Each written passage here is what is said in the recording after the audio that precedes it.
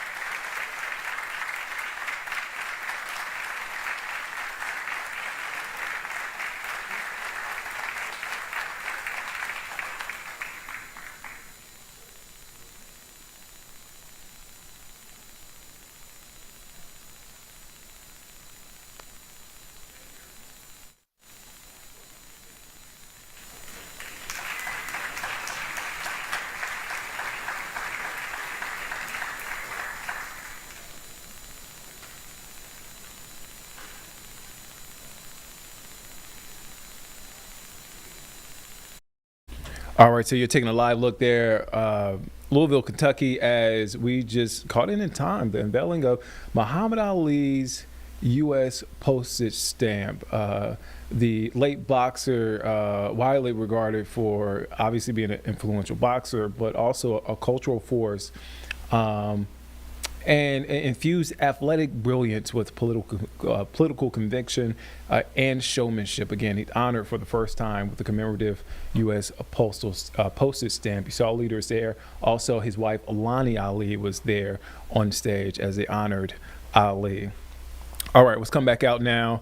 Again, it looks like that has wrapped up. You saw the unveiling of that stamp. All right, let's shift gears right now. Let's head to a quick break. Well, now that we got a second, let's head to a quick break. We'll be back here in just 2 minutes here on Live Impact News on WCNC Plus.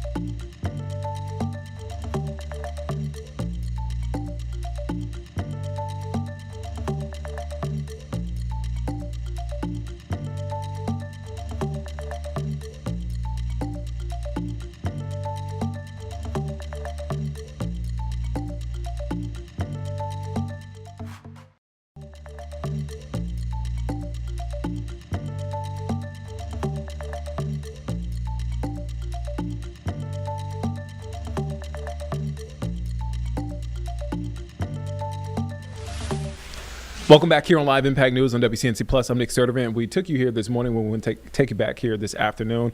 The Au Pair Affair murder trial underway, Fairfax County, Virginia. It's happening right now. So this trial continues today for Brendan Banfield, a Northern Virginia man accused of killing his wife, Christine Banfield, and a stranger, Joseph Ryan, to be with his family's au pair. Now, on the stand right now, a detective, I believe, is testifying on crime scene photos and video in this trial. Let's take a listen in. All of them. Have you previously been qualified as an expert in any court in Virginia in the area of friction ridge examination and comparison, also known as fingerprint examination and comparison? Yes, I have. How many times? 7 or 8. And at this point, Judge, I'd move to admit Mr. Gutekunst as an expert in the area of friction ridge examination and comparison, which is also known as fingerprint identification and examination. All right, any objection? You want to voir dire? All right, no objection, so moved. Thank you. Can you describe for us what a latent print is?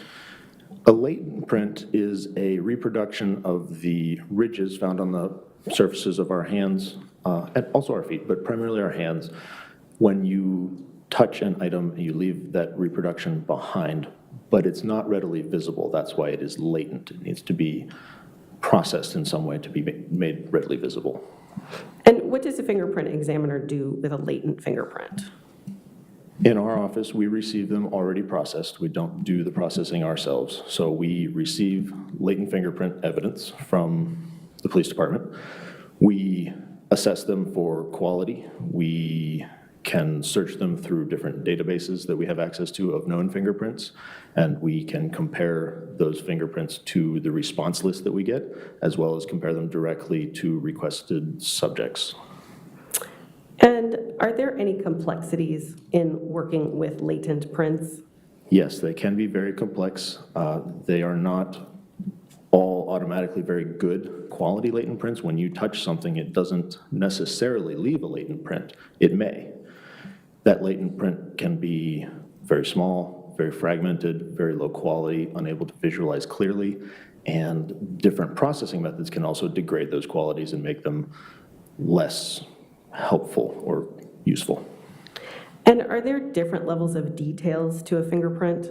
Yes, we classify the levels of detail that we look at in a tiered system 1, 2, and 3 in smaller and smaller granularity. Level 1 detail is an overall flow of the ridges, the pattern type. Level 2 detail is going to be independent ridge path, where we watch one particular ridge and we can see it doing a thing, either stopping or splitting. And then level 3 is going to be those even smaller than that. This ridge has a pore here, or is thick, or is thin, different characteristics on the very edge of the ridge. Those are level 3 detail. And can you tell us what a known fingerprint is? A known fingerprint is an intentionally recorded reproduction of the friction ridge skin on the hands, or sometimes the feet, that is taken intentionally and under controlled circumstances with traditionally ink.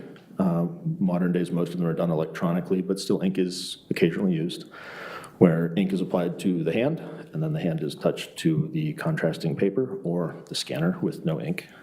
And then those are kept as a known sample of the friction ridge skin of that person.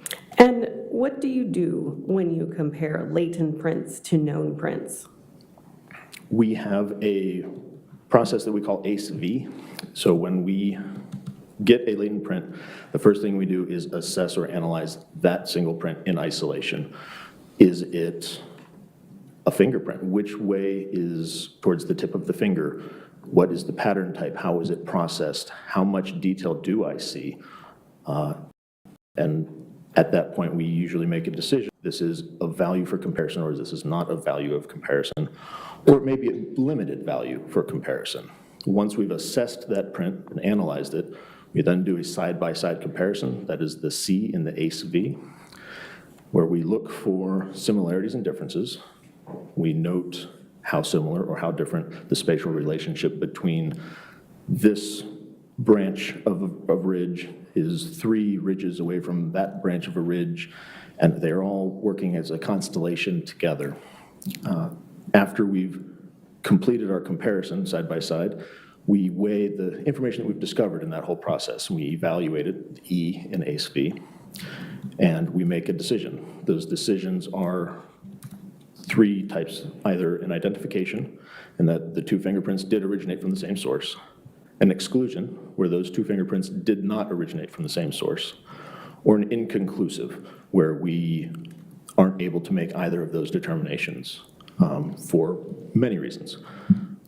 Then that process, those cases are given to another qualified fingerprint examiner who verifies it, the V, which is the same process that is ACE. So it's really ACE-ACE with 2 different people, so ACE-V. And in this case, did you receive latent prints during the investigation? Yes, I did.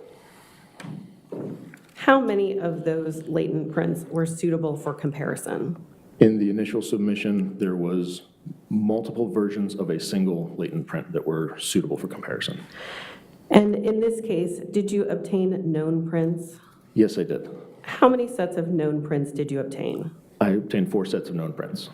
And did you obtain prints from Joe Ryan and Christine Banfield? Yes, I did. And where and when did you obtain their prints? I obtained them at the medical examiner's office on, I believe it was February the 28th. And how did you obtain their prints? I went to the medical examiner's office and I used ink and paper to collect the known prints.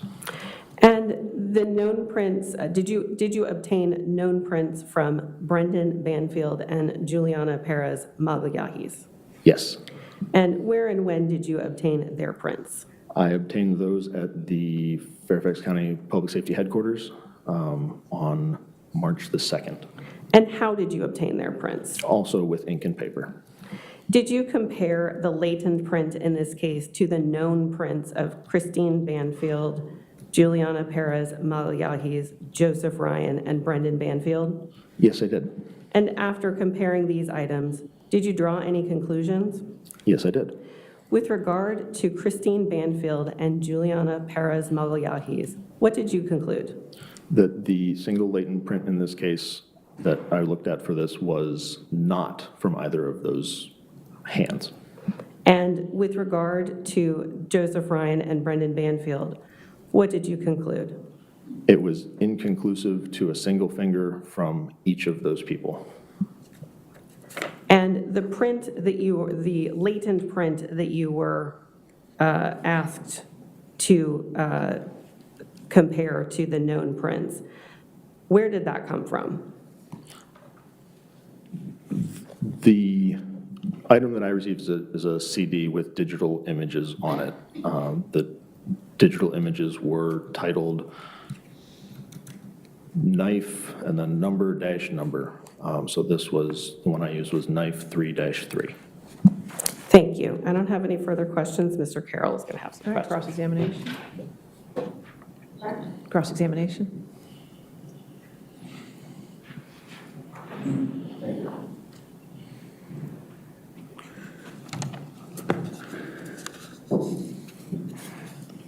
Good afternoon, Mr. Gutekunst. Good afternoon. The known fingerprints that you received from my client was on March 2nd, 2024, correct? I believe so. I think that's what you just said. Which, I don't remember if it was 24 or 23. I'd have to check the card. I'm sorry, 23. That makes more sense. Okay. And you were there, my client was there, and he basically gave you access to his hands, and you took it down on a print card, correct? More or less, yes, So that's correct. the ink and the pad, and then you put it onto an actual print card or something that you work with? Yes, Okay. And so you had an opportunity to meet him at that time, correct? yes, I did. Okay. And was there any difficulty in getting that print from him? No, Okay. Now, specifically regarding the 3, I guess, characterizations. I guess number 1 you said was a known match? What was the Oh, first? for the conclusions, you mean? Yes, yes. So we have three conclusions. One of them is called an identification. which is, Identification, okay. And the other is an exclusion, and then an inconclusive, which is neither of those. Okay, and you indicated there's numerous reasons for that, correct? Yes. Now, is there other than the fact that your test was inconclusive, are there other, is there anything else to draw from that other than that particular determination is that it's inconclusive? No? Okay, so there's no inference one way or another? Correct. Okay. Now, you did fingerprint analysis on other items of investigatory material in this case, correct? There were additional fingerprints that were submitted to me, yes. Okay. And is it fair to say that if they seek a fingerprint match or the opportunity to see if it's been identified, they would do something to get the evidence to you in order to have the known print or the latent print? I'm not following, I'm sorry. So for example, if there was like a safe that they wanted to check fingerprints on, would you go to the crime scene lab and get something to see, something so that you could have a latent print? I'm just asking because you had said that you went to crime scene or you went to wherever. I went to the medical examiner's office. Okay, the medical examiner.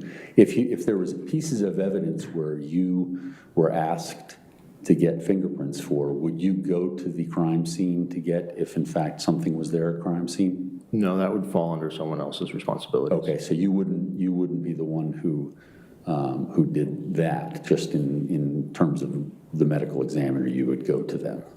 Correct, yeah, in this case, I went to collect the fingerprints from the Okay. decedents. So it would be incumbent on the Fairfax County Police to find the latent, put the latent into a form in which you could work with, and then you would then analyze it to determine what it was you needed in order to identify it, correct?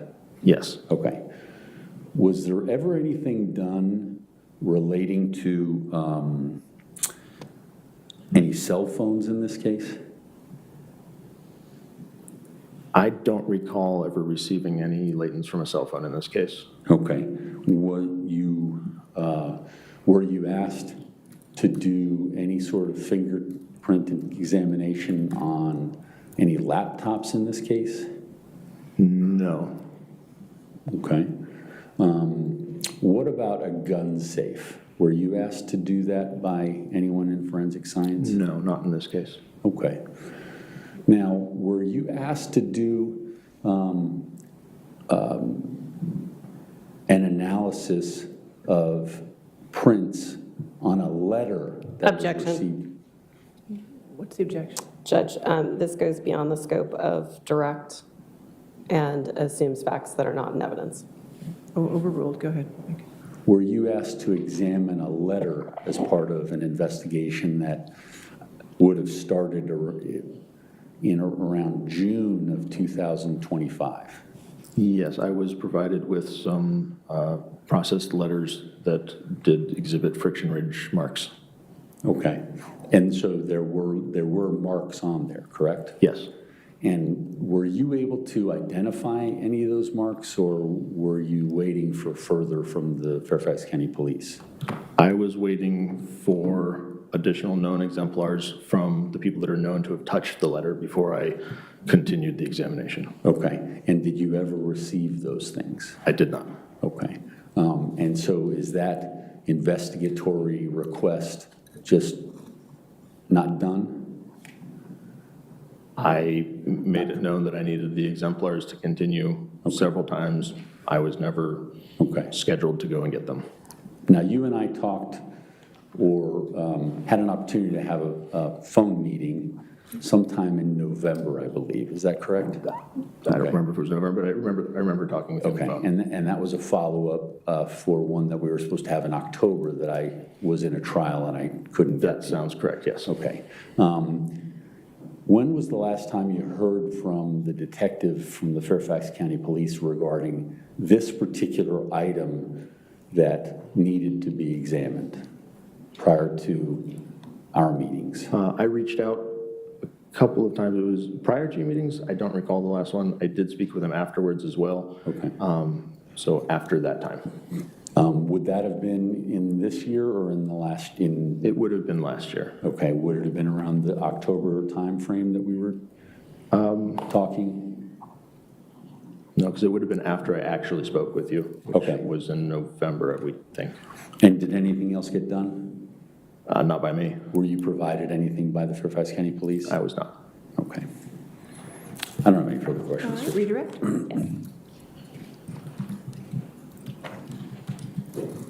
And the exemplars that you were waiting for before you continued any examination of this letter, you were waiting for those exemplars from Mr. Carroll's office staff, isn't that correct? That's my understanding, yes.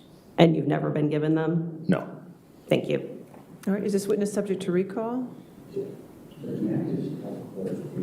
Nope, that's, okay. Is witness subject to recall? No, Your Honor. Is he subject to recall? Is a possibility, okay. Since you might be subject to recall, I just want to remind you now. All right, so happening right there, that's in Fairfax County, Virginia. You're taking a live look in at the Au Pair Fair murder trial that's happening there in Virginia. That's in the D.C. area. All right, step away from that. We want to take a quick break. We'll be back here in just 2 minutes here on Live Impact News on WCNC Plus.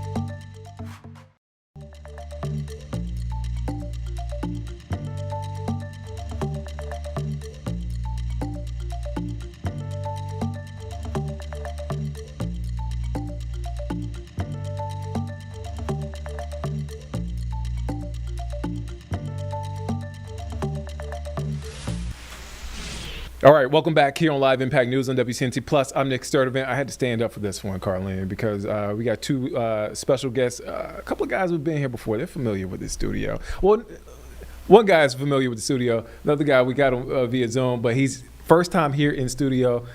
Take a look at him. This is Morris Madden, Tommy Viola, Not Whole Foundation, Carolina's Metro Reds. Before I let them talk, let me introduce them. All right, so the Now Whole Foundation is hosting a free MLK Day baseball clinic for area youth on January 19th. Obviously, that is MLK Day. I keep saying obviously because that is a big day, a day of service. And I say a day of service because, I mean, that's what you guys do. You service the community. I feel like 24/7 is a day of service for you guys. Oh, I got to ask, why was it important to do this baseball clinic? I mean, you do stuff all the time. Why was it important to have it on MLK Day? Well, one of the things is that the Carolinas Metro Reds, in collaboration with the Naho Foundation, on Saturday, the Reds are going to get an MLK Day parade. Okay. And then on Monday, we're going to do the clinic in collaboration with the Naho Foundation. So we want our kids to really recognize and understand what MLK was all about. We're going to do that clinic to kind of further along their learning of baseball, but also we're going to have some life skills and talk about the importance of Martin Luther King.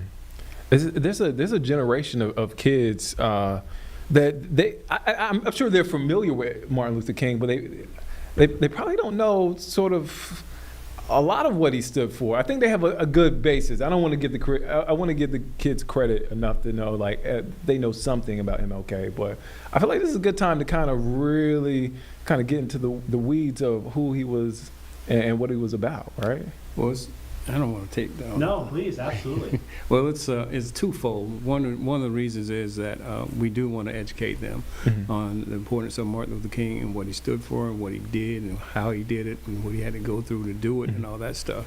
But there's also, we want to make sure that these kids continue to have an interest in playing baseball. And as you know, back when I played in major leagues, the ratio was 20% African American. It has dwindled down to like 6% now, and we are trying to figure out the reasoning behind it. We do know one reason behind it, but we haven't figured it all out yet. But in order to encourage them to continue to play, we put on these clinics and make sure that these kids are there to give them a good atmosphere, to give them a good place to play and a safe place to play. I feel like we talked about it. Baseball, I feel like at some point that was the popular sport. I mean, you call it America's pastime. You don't call it America's pastime for no reason at all. It was the one sport that I think connected generations, connected father and son, father and daughter, however you want to put it. And now, especially in the black community, not as much. Right. Y'all do a lot of work to bridge that.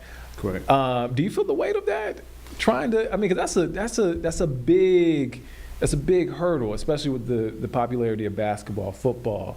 I even see tennis gaining traction in that space. Soccer. It's soccer gaining traction in that Flag space. football. Flag football.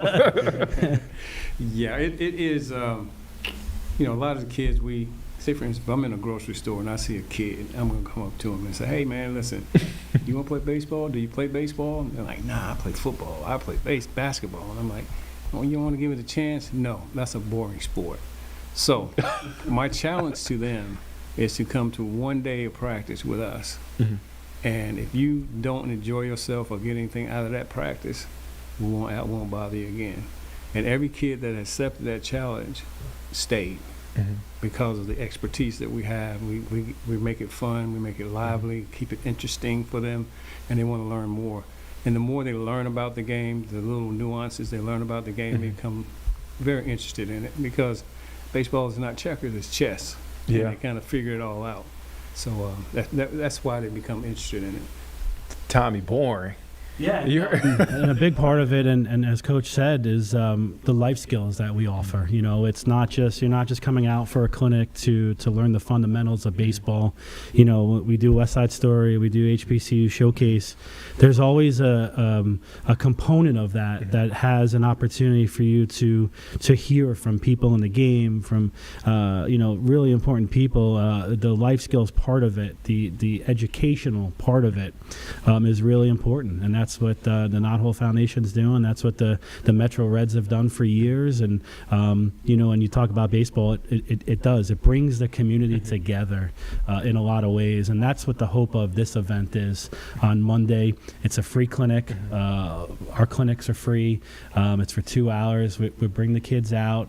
Registration is up on our website. You can go there now and register. kids are out of school that day, right? Right, So yeah, it's the yeah. perfect day to come out. But as you mentioned, it's not just going to be the fundamentals. It's going to be hearing about the legacy of Dr. Martin Luther King Jr. and the impact that he had. So it's going to be an important day and a special day. We're really looking forward to it. I got to say, I apologize. They don't know what I'm apologizing for, but I posted a clip last time Tommy was here. It was about the flag football tournament and the canned food drive. And I posted it, and there were people, even days after the event, asking, how can I help? And I'm like, maybe I didn't do enough. Maybe I didn't post it enough No, you were time. great. You were 'Cause great. y'all I do- appreciate Y'all it. do a lot of great work, and I want that work, that the word of your work to get out there. And I was like, oh man, I'm passing along Tommy's number. I'm like, reach out to this guy. Yeah. No, and thank you so much. We did the food drive, and it's actually still ongoing. Okay. We just actually yesterday partnered with Nourish Up Charlotte, and we donated 1,700 pounds of food yesterday to them. So it's still ongoing. We're connecting with a CMS here locally to get it into the hands of kids that are at school that don't have the food that they need. So that's still going. A lot of our things that we do, these initiatives that we're putting together, they're ongoing, and we're continuing to do it. And as the calendar turns from 25 to 26, we're ready to go. We're scheduling a number of events, and it's exciting. Carolina's Metro Reds. I mean, it's just like a wealth of knowledge in that building, man. You got guys with years of experience. So it's not like, and this is no shade to the guys that coach my little league baseball team.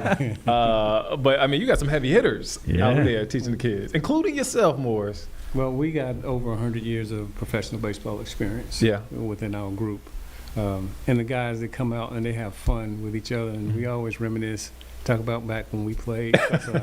I played against some of the guys that are actually coaching there, and the kids enjoy us, just the banter. We go back and forth with it. So we keep it fun, keep it light. I think my little league coaches probably had like a year of high school baseball experience under their belt. They didn't have no professional, but again, I love what you guys do. You're kicking off a fundraising campaign, right? Yes, sir. Talk about that. How can folks help out? We're actually kicking it off. It'll be it's $20.26, representing the year 2026, that they can. And it doesn't matter how many $20.26 you put in, but that will give you an opportunity to win an autographed Bob Gibson jersey. Oh yeah. Let me put that up on the screen. That will be. Oh my bad, Carlene. I'm double punching. This is what. Yeah.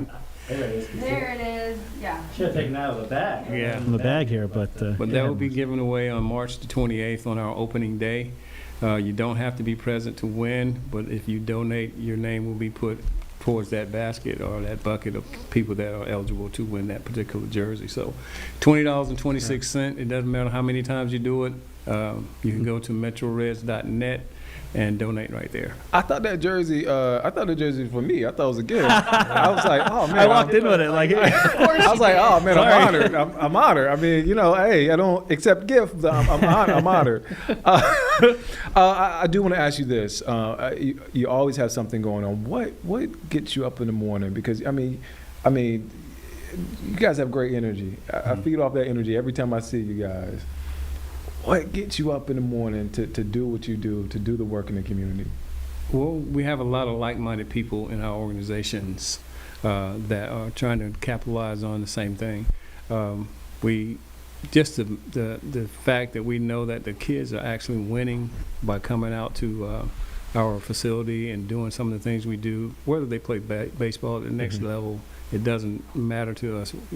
Our goal is to make sure that they go get some higher form of education, and through that avenue, we try to make sure that we engage them in what we call our teen engagement program, where we have them meet people like you, and hopefully they'll find and say, hey, I want to be like Nick.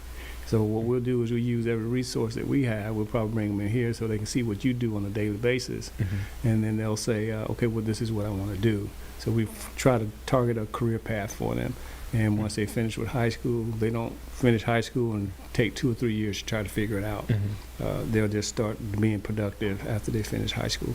Anytime, Tommy, I want you to answer that question too, but I want to say anytime any of these kids want to come in here, tour the station, just be a fly on the wall, if they have any questions, you're welcome and feel free. Absolutely. Thank you so So much. the doors are open. Yes, sir. I want you to answer that question. Yeah, no, that's awesome, and I think that's a big part of it. Is that when these kids and Morris will say it best is that major league citizens, right? We're not out there to make Major League Baseball players. We're out there to make Major League citizens, and if examples of that is there are so many other jobs. If you love the game of baseball, there's so many other jobs in it. I made a career in PR because I love baseball so much, and now being here with the Knothole Foundation and being in the community every day is been amazing to me. So, but no, and that's the beauty of this is, and we talk about it all the time. It's not about the on the field. It's about the opportunities, the access that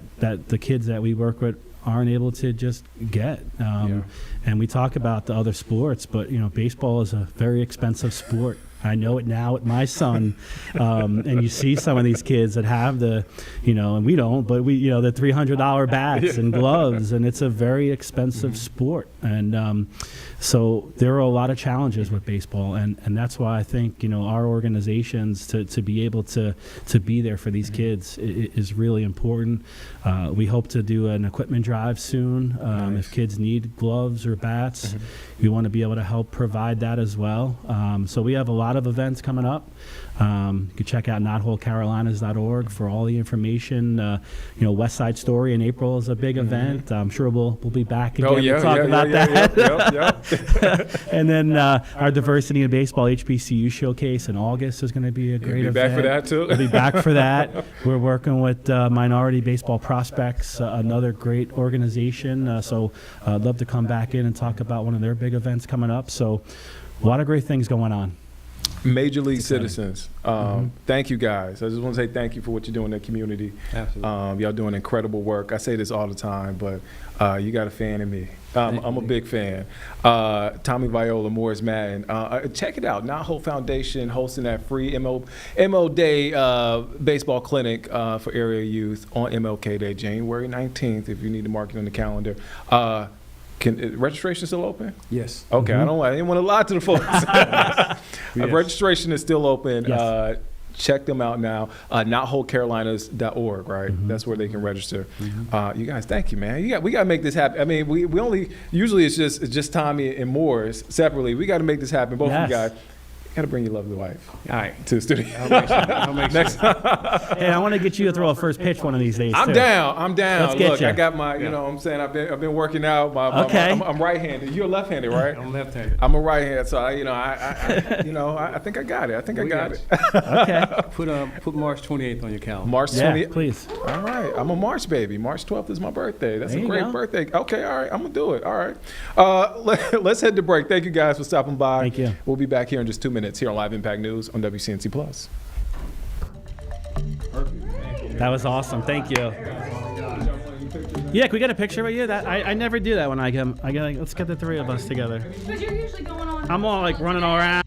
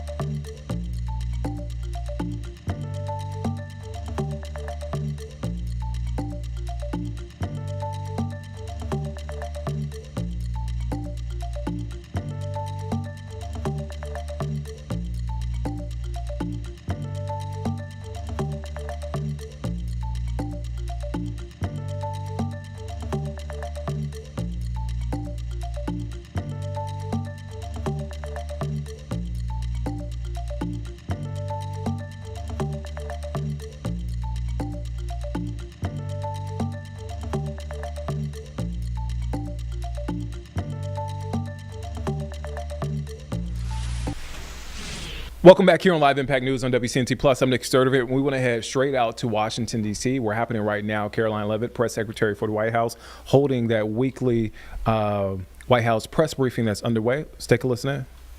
Will be reaping the rewards of the massive tax cuts that were signed into law by the president. Thanks to President Trump's signing of no tax on tips, overtime, Social Security, boosting the child tax credit, and locking in the 2017 Trump tax cuts, independent estimates project the average American tax filer could expect up to an extra $1,000 bump to their tax refund next year. This is going to be a helpful boost to working families who are making ends meet. On the energy front, the national average price for a gallon of regular gas this week fell to its lowest level in 5 years, thanks to President Trump's drill baby drill agenda. According to Gas Buddy, the average price for regular gas on Monday was below $3 per gallon in 43 states, below $2.75 per gallon in 30 states, and at or below $2.50 per gallon in 17 states. In fact, gas prices were below $2 a gallon at stations in at least 19 states. Don't forget, this was unheard of just a couple of short years ago. Overall, drivers are projected to spend $11 billion less at the gas pump this year than they did last year, resulting in hundreds of dollars in critical savings for the average American family. We're also seeing the housing market rebound as borrowing costs ease and income growth outpaces home price gains. According to a new report also released this week from the National Association of Realtors, existing home sales in December rose to their fastest pace in 3 years. To further improve housing affordability, President Trump has recently announced and directed Fannie and Freddie to purchase $200 billion worth of mortgage bonds. As a result of these actions, mortgage rates have fallen to their lowest level in years.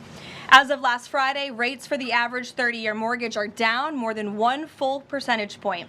Because of these significant declines, monthly housing payments are now at their lowest level in 2 years, and we expect this decrease to continue. As someone who was enormously successful in real estate, President Trump understands that owning a home is about more than just having a physical asset. It's about empowering young people to stake their claim in the American dream. It's about giving newlyweds a place to make their own and start a family.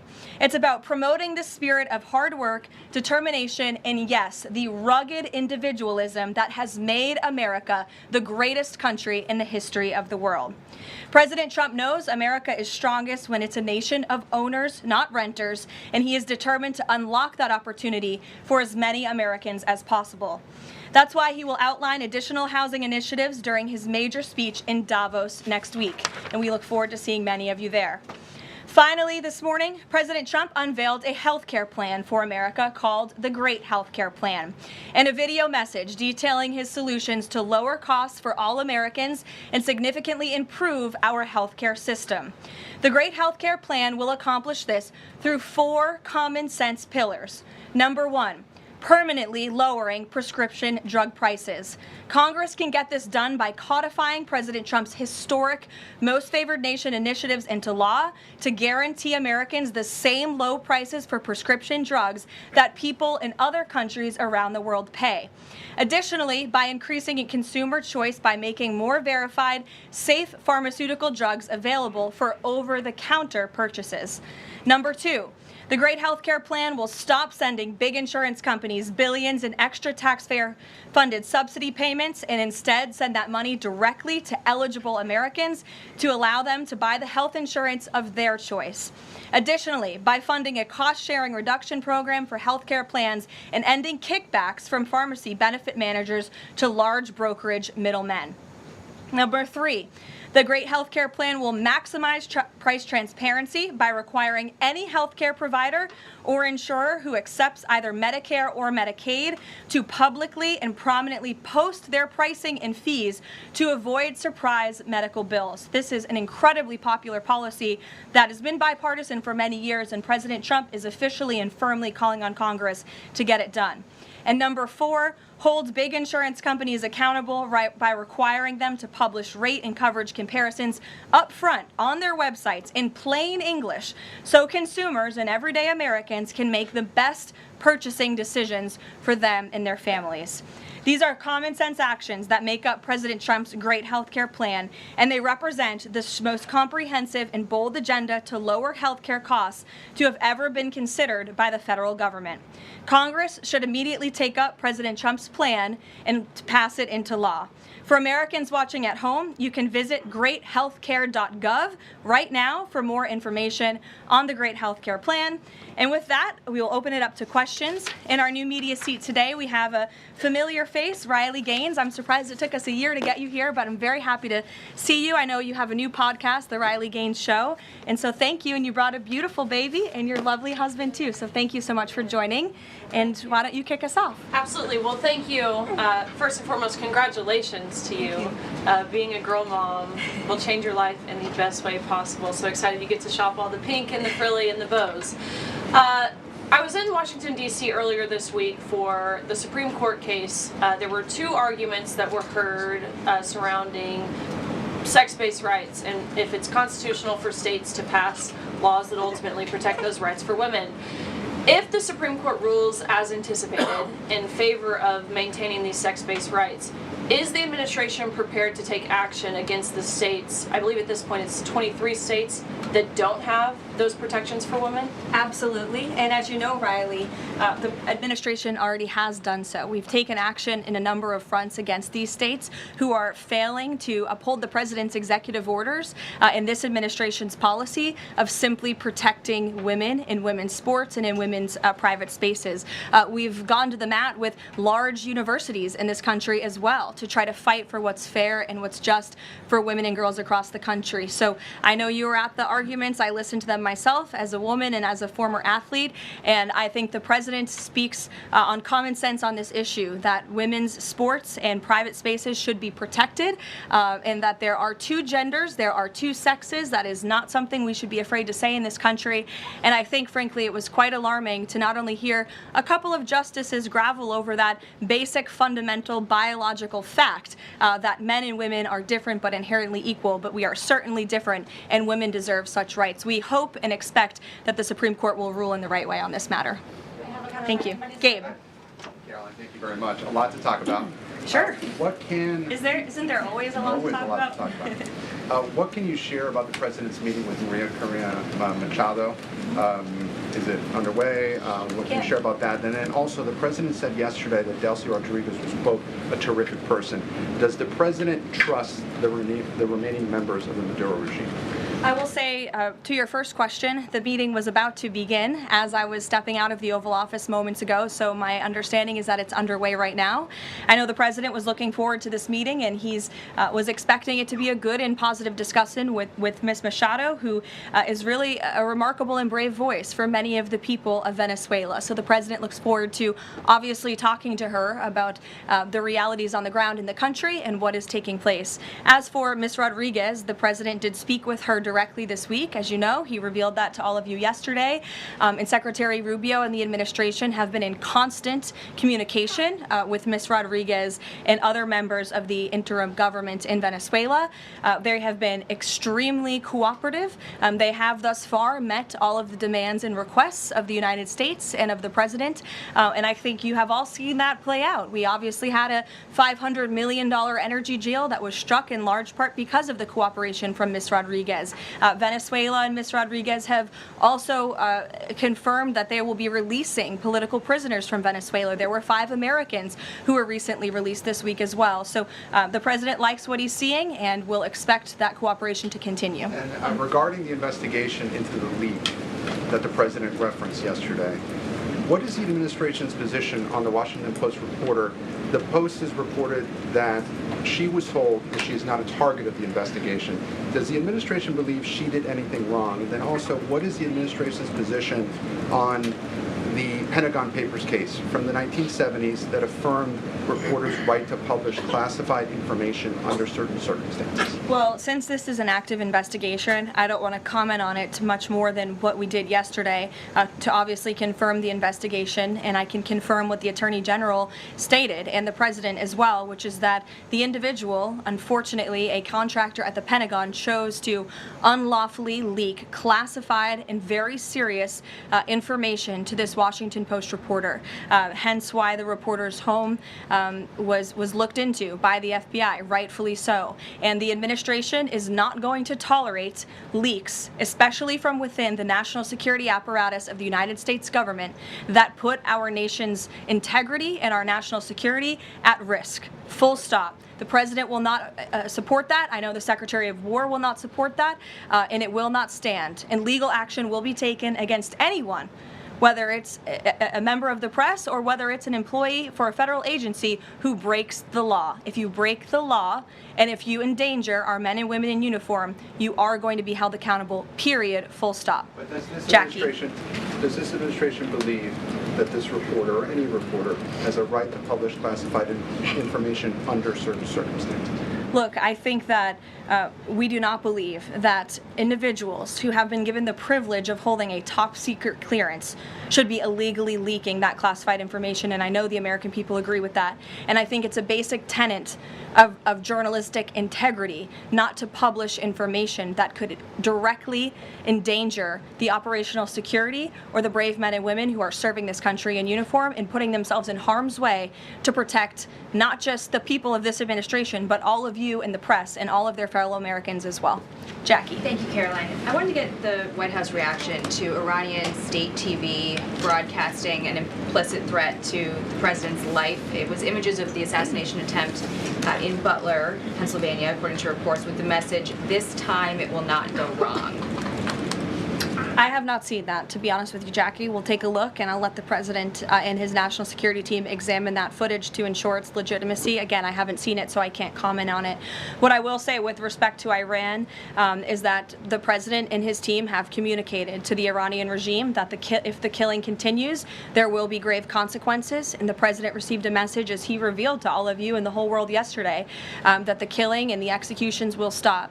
And the President understands today that 800 executions that were scheduled and supposed to take place yesterday were halted. And so the President and his team are closely monitoring this situation, and all options remain on the table for the President. That Netanyahu encouraged him against strikes. Look, it's true that the President spoke with Prime Minister Netanyahu, but I would never detail details about their conversation without giving the expressed approval by the President himself. Ouija. Thank you, Caroline. Is it still the President's assessment that it would be very hard for Ms. Machado to leave Venezuela because he says she lacks the respect and support in that country? And will he raise that with her too?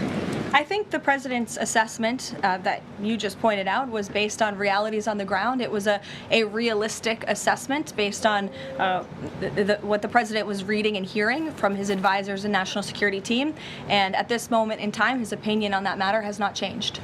He has also said that he would like there to be elections in Venezuela when the time is right. That's right. Do you have any update on when that might be? And is he committed to a transition to democracy for Venezuela? Yes, and he is also committed to hopefully seeing elections in Venezuela one day, but I don't have an updated timetable for you today. Reagan in the back. Thanks, Caroline. I have a question for you on Minnesota and then also Venezuela. Sure. President Trump threatened invoking the Insurrection Act today in a Truth Social post. I'm wondering what his tipping point is. Like, what would it take for him to invoke the Insurrection Act? Look, that's only a question, frankly, Reagan, the President can answer. But the Insurrection Act is a tool at the President's disposal. As you know, it has been used sparingly, but it has been used by previous presidents in American history.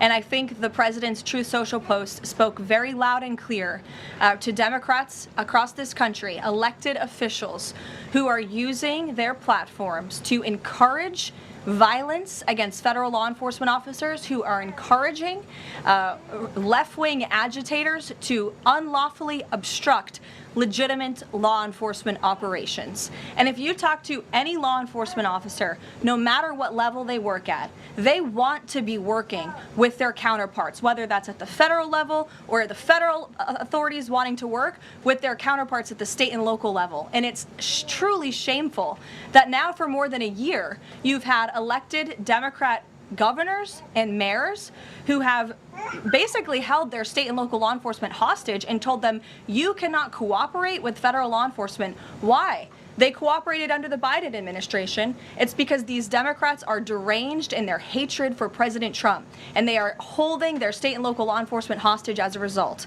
And these Democrat mayors and governors are doing this over what? Over the lawful and legitimate law enforcement operations to remove violent criminals from the streets of Minnesota, from the streets of California, from the streets of New York, and from the streets of every state across this country. And you don't see these riots and this vandalism taking place in states like Florida. Why? Because you have a governor in that state who has empowered federal and local authorities to work together. And it's despicable what we're seeing from these Democrat politicians, especially in sanctuary states and cities across the country. Yesterday, Caroline. Go ahead, John. Thank you so much. My question is, President Trump has talked twice in recent days, once at the Kennedy Center and then to Reuters again last night about canceling the election. Why is he talking about this? I believe you're referring to the president's interview at Reuters last night. I was in that interview. It was a closed-door interview. Obviously, there was not audio or video. The president was simply joking. He was saying, we're doing such a great job. We're doing everything the American people thought. Maybe we should just keep rolling. But he was speaking facetiously. And then one more. Sure. On the labor secretary. She's under investigation. Has he spoken to her about this? I don't know if the president has spoken directly to the secretary. If they have, I'm unfamiliar with that conversation. But I have spoken to the president about that report regarding the secretary. He's aware of the internal investigation, and he stands by the secretary, and he thinks that she's doing a tremendous job at the Department of Labor on behalf of American workers. PBS, go ahead. You were mentioning a moment ago about working federal, state, local officials in Minneapolis. Governor Walz's office is saying today that he's trying to get a hold directly with the president. Have they spoken? And if they haven't, why haven't they spoken if there's a desire from Walz, as they're saying, to de-escalate what's happening there? I'm not sure if that's a genuine offer to speak with the president. I was with the president about 30 minutes ago, and they hadn't spoken at that point. Look, the president is always willing to answer the phone when people pick up and call. When there was another tragic shooting many months ago in Governor Walz's state, he spoke directly with the governor. But I would ask that the governor stops inciting the harassment and illegal obstruction of law enforcement in his state. All ICE and federal law enforcement are trying to do are remove people like this off of the streets of Governor Walz's city in Minneapolis and of his state in Minnesota. If you look at some of the individuals in this photo, these are all illegal alien criminals who came into our country under the previous administration. This is some of the most disturbing crimes you will ever read about, and there's only a few reporters in this room who will actually talk about these individuals. This is all ICE is trying to do. They are trying to remove people like this from Governor Walz's state. And so yes, he should pick up the phone, and he should say that he will cooperate with this president and with the federal government in making Minnesota safer, because that's all President Trump and his administration want to do. Mary. Thanks, Caroline. The president says he wants money to go directly to Americans so they can buy their own insurance.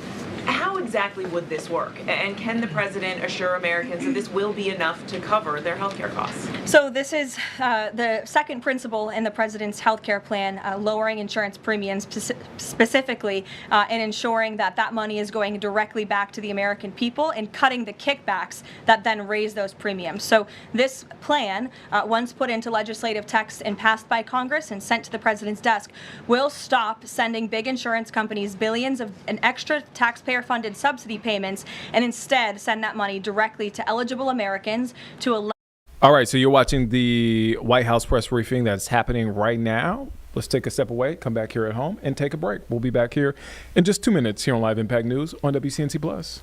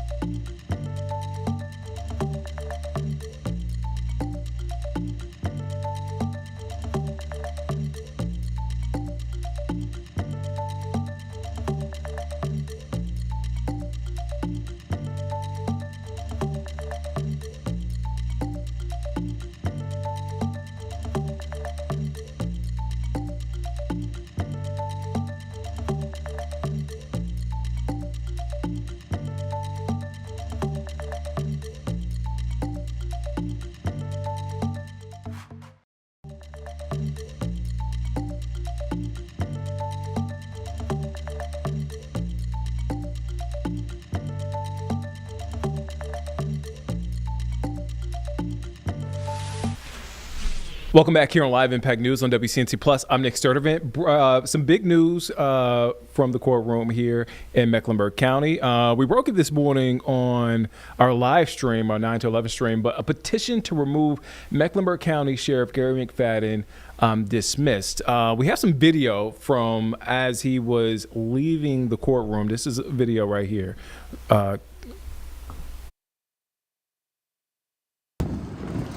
Are you surprised by the outcome today? Nothing is a surprise anymore. And Attorney Green, you argued it would just create chaos if any random 5 people could file a petition to remove someone. Is that correct? That is correct. That's what I said in the report. And how do you feel about the win today? I appreciate the judge reading a motion to dismiss and following the law. And as my client just said, we welcome the process. You want to tell us about Phelps Law and the key legislation that was cited in court today? Sheriff, how's it going? Wonderful. Yeah? Another day on the job. Another day on the job? Do you How's still it welcome feel? that SBI investigation? I welcome the process. How do you feel? I welcome the process, and I'm going to continue to lead this city and county as I have always done. Moving forward with the investigation, is there anything else you want to comment on? No, we can't. We're going to let the investigation take its course and respect that as a law enforcement official. It's just got to be a general relief to you to know that most of this is behind you at this point.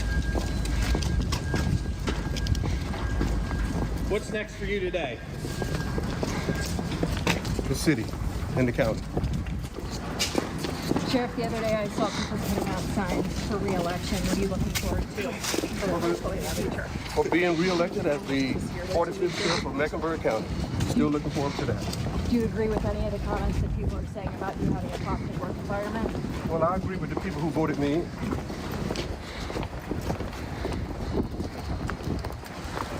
Bye, Sarah. We thank you all. Let us have our day. Thank you.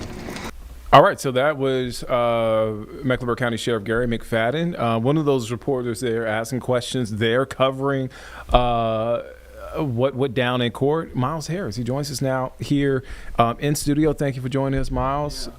Just walk us through what kind of played out this morning. A bit of a surprise, interesting, rare situation that took place in court today, right? And so some of the people that I will say in court, number one, obviously Sheriff McFadden, his attorneys were in court today, but also so was the district attorney, Spencer Merriweather, as well as also the county attorney, Tyrone Wyatt was also there as well. And so these are critical pieces though as well. I want to mention that because also included were some of the people that were part of the claims with the petition as well, asking for the removal. So Carla Cunningham was there, for example, in court, and so was Canty as well, so the former staff member from the Mecklenburg County Sheriff's Office.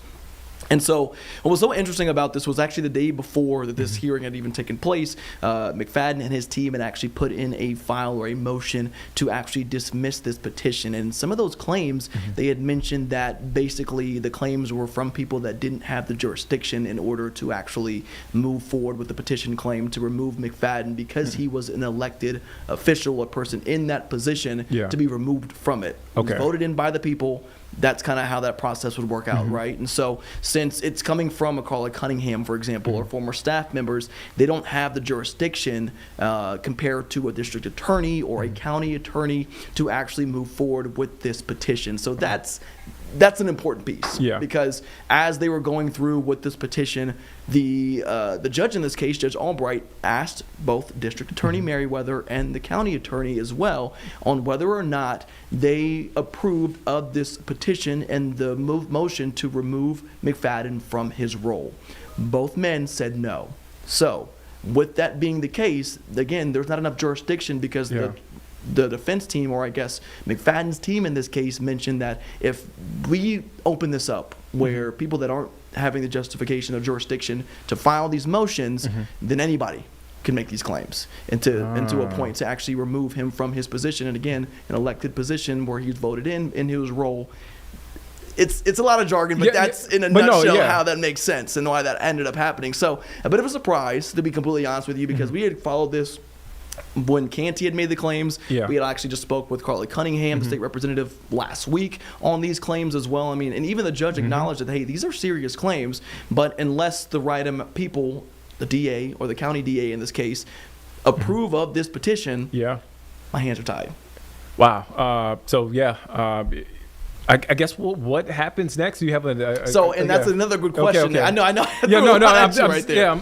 And so what's next is, and what's interesting is that although the petition has been dismissed by the judge, it's not necessarily over yet. Okay. Because the SBI is still investigating the petition and the Okay. claims with the petition. So if the SBI, which does include the district attorney in this case, right, decide, hey, we want to move forward with this, then they go back in front of a judge, but then it would have to be obviously the DA or the county DA that would move forward with that motion in order to hear the proceedings as far as that removal. So a win for McFadden in the short term right now. I mean, you saw it but- on his face as he's walking out of court, right? So you saw it there on his face, but still an investigation, impending investigation there by the SBI, which is the state agency, state law enforcement agency.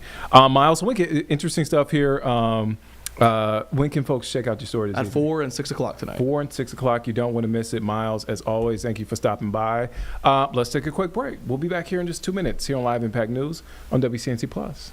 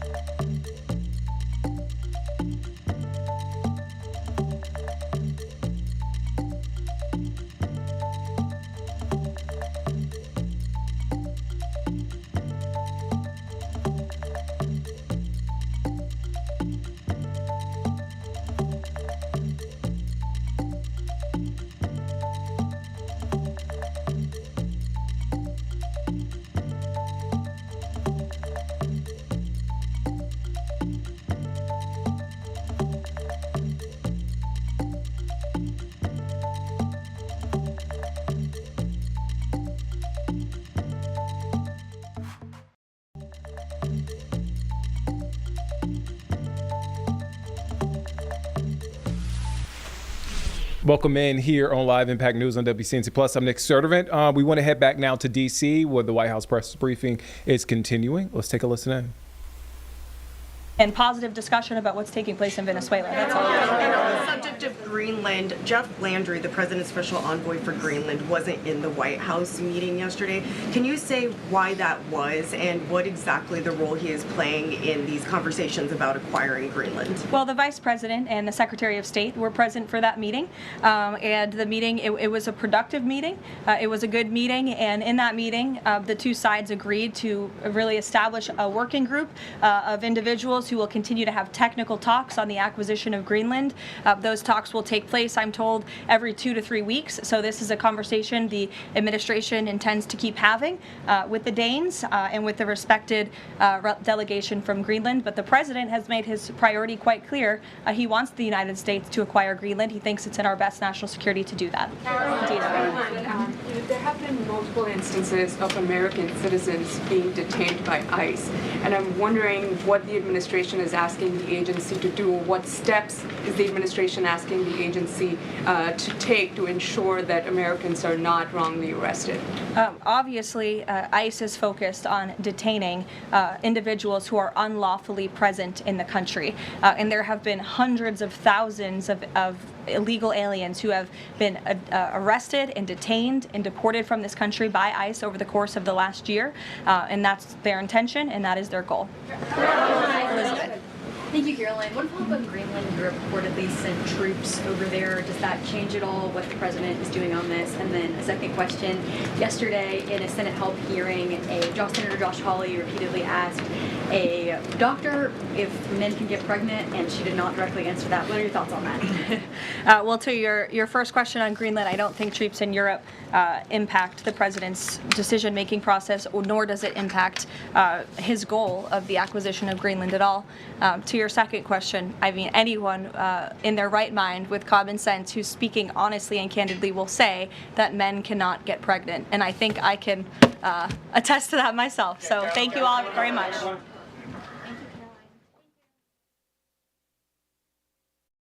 All right, that is Press Secretary Caroline Leavitt wrapping up that press conference there, that weekly briefing they have there at the White House, updating all things Trump administration. Let's head now to another break. Come back here home. We're going to hit a break. We'll be back here in just 2 minutes here on Live Impact News on WCNC Plus.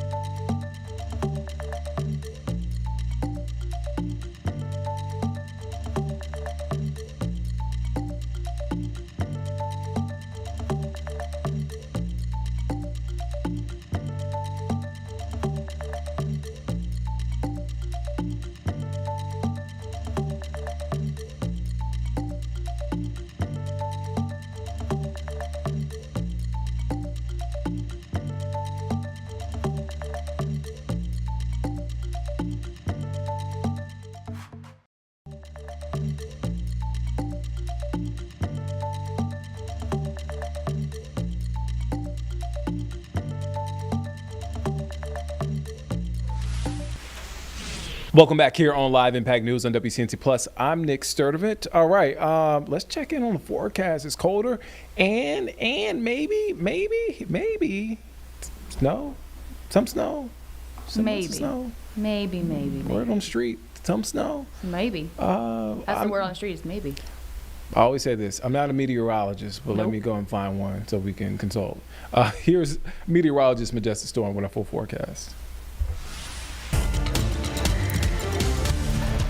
Well, good afternoon to you. I'm WCNC meteorologist Majestic Storm. It is cold out there from the mountains to the city. It doesn't matter where you are today. Grab that winter gear and keep it handy because conditions kind of get worse as we head into the overnight hours tonight and into our Friday morning. Now, the silver lining is that at least it's gorgeous out. We have a lot of sunshine out there, so layers and sunglasses is what you're going to need today if you plan on being out and about. Now, we're tracking seeing dangerously cold temperatures throughout the day today, especially up in the mountains. Those feel-like temperatures are actually below zero at times. And then also we're following the possibility of seeing another round of snow moving in this weekend. Some of that snow may even reach Charlotte. Now into the afternoon, it is going to stay breezy. Unfortunately, it's kind of the last thing you want when temperatures are already cold. Then you add some wind on top of it and it makes it feel a lot colder than it already is. Around 20 to 25-mile-per-hour wind gusts around Charlotte, but once we're looking up in the mountains, the National Weather Service has issued cold weather advisories throughout the rest of the day today and into our Friday because it's cold, but really those northwesterly winds are the strongest in the mountains, gusting 45 to 55 miles an hour. You add the wind on top of the cold temperatures, and it will likely feel like we are below zero again tonight and into Friday morning. As we're looking at the wind gust futurecast, this is where those winds will be around 9 o'clock tonight, so still a little breezy around Charlotte, but notice the winds will stay the strongest up in the mountains, slowly dying down as we're heading into our Friday. But this is for all my mountain friends. Look at this. Unfortunately, we are going to struggle to warm, not just today, but into tomorrow as we're heading into the later half of the afternoon. I mean, -1 by 3 o'clock in the afternoon. Tomorrow at 7 a.m., 4 below. I mean, this is that dangerous weather where you don't want to spend a lot of time outside. For one, it doesn't feel good to be outside when it's that cold, but for two, it's just, we're talking about frostbite when we have such cold temperatures and those gusty winds when you have exposed skin and you're out there for a long amount of time. Now, again, tomorrow is going to be another beautiful day. We'll have sunny skies throughout most of our Friday, and then those temperatures will eventually rise. It will be warmer tomorrow, but look at this, 38 degrees. That's our high temperature today, not even touching 40, and we should be into the lower end of the 50s for this time of the year. Lows tonight again dropping down into the teens, so if you have any outdoor pets, bring them inside tonight. At least help and put them in the garage, if not with extra blankets, because if it's cold for you, it's definitely going to be cold for them too. Bus stop forecast, make sure those kiddos are bundled up tomorrow morning. And then we're watching this coastal low that's going to start to move in Saturday night and into Sunday. That could bring us a possibility of seeing some snow. The problem is, of course, models are not agreeing on this. One model is saying we could see some spotty flurries. Another model is saying, well, we could actually get a little bit more widespread snow. Bottom line, I need you to stay close to our weather team and anticipate the possibility of at least some snow flurries as we're heading throughout the first half of the day on Sunday. Now here's our Jerry Hunt Super Center 7-day forecast. 38 degrees today, sunny skies. It is gorgeous, but it does not feel the best out there with such cold temperatures. 19 degrees tonight, waking up for your Friday morning. That cold air will wake you right up the moment you step outside. Heading into the rest of our work week with those below freezing temperatures. Saturday doesn't look too bad, near our normal 54 degrees. And then there's that system. It's a tricky one, but could we see a little bit of snow with it? I think mountain snow, yes, but we got to get ready for possibly some impacts around the Charlotte metro area. Next week, 45 on Monday with sunny skies to look forward to. All right, so that is a look at the forecast. Let's head now. Where do we want to go, Carlene? I'll put the Senate in. Okay. All right, so the Senate is now in session. Again, we heard just moments ago from Caroline Leavitt, White House press briefing, but the Senate is in session. Let's take you over to Capitol Hill and check out what's going on there. For predicting extreme weather events like hurricanes, tornadoes, and wildfires. Dismantling this center puts our emergency response capabilities at risk. Aviation and transportation, NCAR technology, is used as a major hub like Denver International Airport to manage snow and ice, and their wind shear detection system are crucial for aviation safety. Economic security. From agriculture to energy, the private sector relies on NCAR open source models to manage risk and maintain a competitive advantage. National defense, NCAR, collaborates with the Department of Defense to develop tools that ensure our military can operate safely in any environment.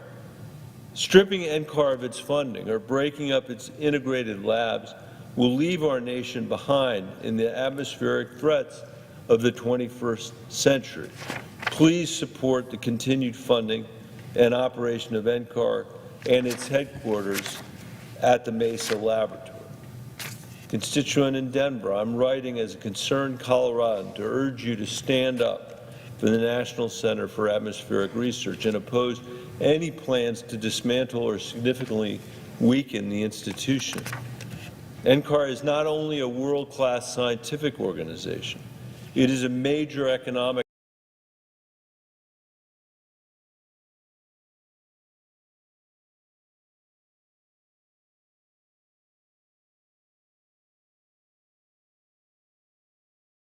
leadership in science, technology, and national security. NCAR's direct economic value to Colorado is substantial. The center employs hundreds of highly skilled scientists, engineers, IT professionals, and support staff, many of whom live and raise families and pay taxes here in Colorado.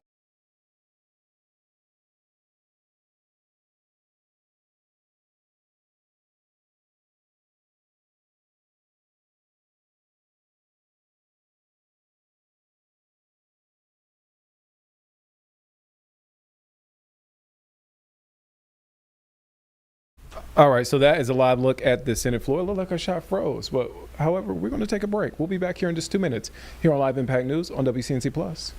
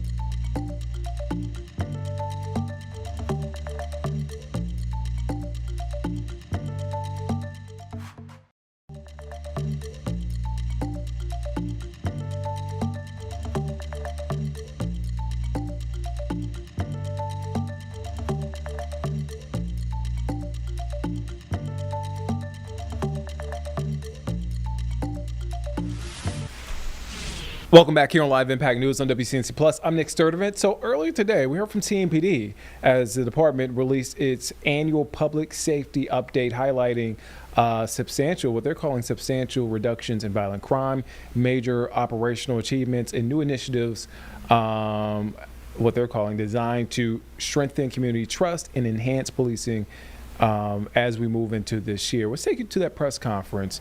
Our Jessica Pierre is also covering this story, so she'll have more this evening on it. But let's take a listen in. All right, good afternoon. My name is Crystal Fletcher. I am a lieutenant in the Public Affairs Division, and I appreciate you all being here today. We appreciate your interest in the Charlotte-Mecklenburg Police Department and the collective efforts to make this city a safe and premier city. Today, we are releasing our 2025 annual report, which provides a comprehensive overview of crime statistics, enforcement efforts, major CMPD operations, key initiatives, and other highlights from January through December. This report is more than numbers. It reflects the progress, challenges, and partnerships that shape public safety in Charlotte. Transparency and collaboration are at the heart of our mission, and today's briefing is part of that commitment. To begin, we will hear from our leader guiding this vision. Chief Estella Patterson will share an overview of crime trends and the department's progress in 2025. Since taking the helm, Chief Patterson has demonstrated strong leadership and a clear vision for public safety, and I am proud to welcome her to the podium now. Chief. Thank you, Lieutenant, and good afternoon, everyone, and thank you so much for being here.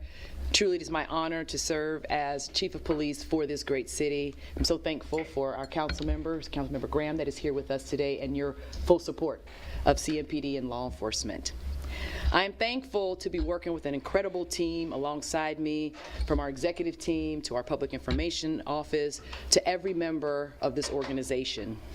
As Chief, my focus is clear, and that is that we will do all that we can as a police department to reduce violent crime and disorder, and also address the perception of crime to build a safer and stronger city. We made excellent strides in 2025.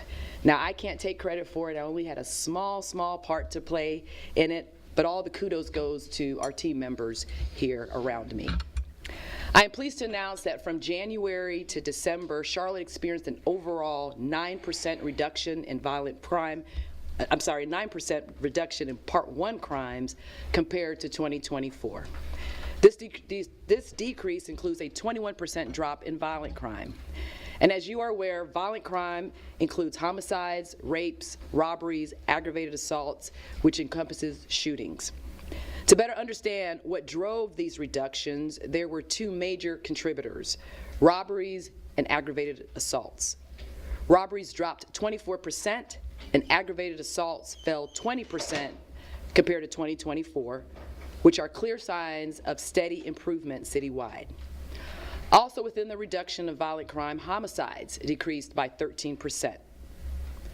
In 2025, the city experienced 96 homicides compared to 110 in 2024.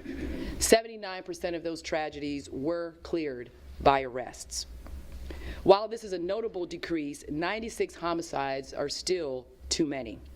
Any life lost is a tragedy to our community, and at CMPD, we are fully committed, more than ever, to working with our community, working with our law enforcement partners and others to prevent violent behavior and to save lives. While homicides understandably draw the public's attention, they tell only part of the story in Charlotte. In 2025, we experienced a 6% reduction in property crime. And property crime includes burglaries, auto thefts, and larcenies. Within that category, overall, burglaries decreased by 7%, and vehicle thefts dropped by 20%. Additionally, larcenies from auto fell by 1%. So progress like this does not happen by chance. It is the result, I believe, of the dedication and the intentionality of our officers being vigilant and being attentive, along with the support of our professional staff, our call takers, and our dispatchers who treat all calls with a sense of urgency. Day in and day out, our officers diffuse conflicts, they address crime as they unfold, they prevent escalations of violence, and they provide our investigators with the critical information they need to identify and charge offenders. This dedication is reflected in the numbers. Our total police interactions were up in 2025. They were up 5%, reaching nearly 575,000 interactions. Our officer-initiated proactive efforts were also up. They were up 21%. Our firearm seizures were up 23%, and our arrests were up 14%. Of the 17,417 arrests that we made in 2025, 1,834 of them were related to violent incidents, and almost 2,400 of them were juvenile arrests, which tells us that we have to do more to keep our youth from engaging in criminal behavior.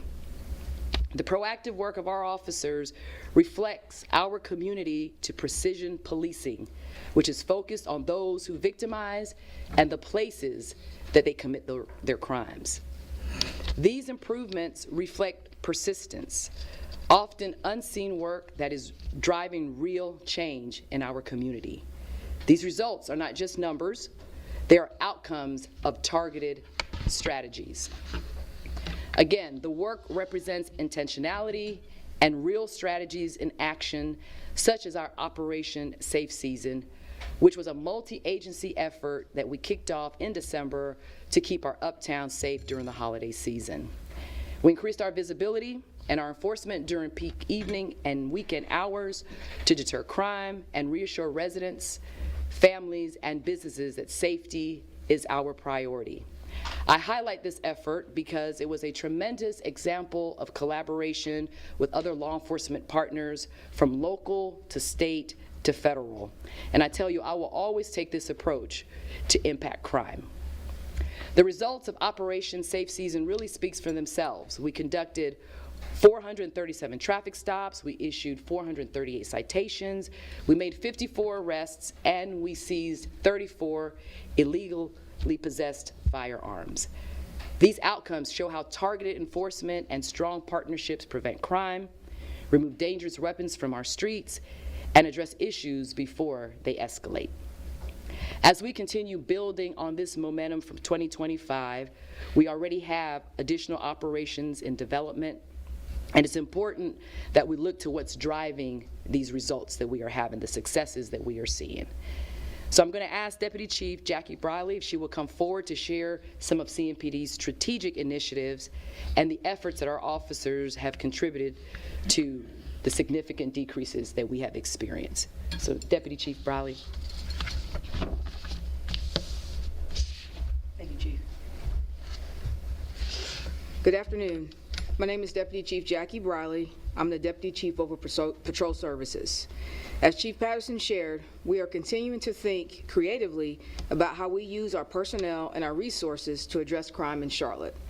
We're listening to our residents, we're working closely with our community partners, and we're adapting our approach to meet Charlotte's evolving needs. CMPD remains fully committed to safeguarding this community using strategic initiatives, resource allocation, and technology to promote a safer city, and the results are clear. One of our first priorities was restructuring our crime reduction unit, or what we refer to as our CRUs, for greater impact. Instead of operating as a separate division-based team, in July of 2025, we consolidated our resources to service area CRUs. This allowed us to be capable of responding to more events effectively across the city. These units now deploy based off of real-time crime trends. In 2025, our CRUs conducted over 2,000 traffic stops, made 781 arrests, seized 480 firearms, and recovered approximately 148 pounds of illegal narcotics. This definitely impacted our city's decline in overall crime. Many CRU cases involved repeat offenders tied to high victimization crimes like shooting into occupied dwellings or SOIDs. In one case in October, our Northeast CRU officers observed a suspected narcotics transaction near Reagan Drive. They detained Marquise Brown, age 27, an SOID suspect. Hey, good afternoon, folks. I'm Colin Mayfield inside the Impact Studio. We're watching numerous things, obviously cutting into this CMPD press conference, but there is a walkout happening live right now in Minneapolis, Minnesota. As you know, another shooting that just happened, somebody shot in the leg over the last 24 hours. There have been multiple discussions about the ongoing situation with Border Patrol and ICE in the communities. We've seen tear gas, obviously, after the fatal shooting of Renee Nicole Good, a 37-year-old mother. Still trying to get more information on this. I know this is a high school, but That's it's all I can see is that it's Champlain a high school. Park. Okay, yeah. That's what it is, Champlain Park. So that is, I kind of grew up in Wisconsin, so kind of understand a little bit of some of the suburbs of Minneapolis. But obviously you have Minneapolis and St. Paul that are together, and then this is another suburb. A huge high school, though. I believe this is near Brooklyn Park in the northern part of Minneapolis, if I'm not wrong. Either way, this is a pretty fascinating situation. We've seen some of these in Charlotte right over the last couple of weeks, not just in response to some of the ICE protocols that have been happening in Minneapolis, but also what went on here in Charlotte just about a month or two ago now, if my memory escapes me. But yes, this is a developing situation here on the ground in Minneapolis. This is CARE's camera here. So this is CARE 11 here, our sister station in Minneapolis, Minnesota. So again, man, I would say a couple hundred students here, probably not more than 300. But yeah, this is a significant, obviously, action by young individuals who are exercising their First Amendment rights. And that's been something that a lot of folks have been discussing about over the last couple of months, especially with some of the flare-ups that we've seen with ICE on the ground. So we're going to take a quick 2-minute break. We'll be right back.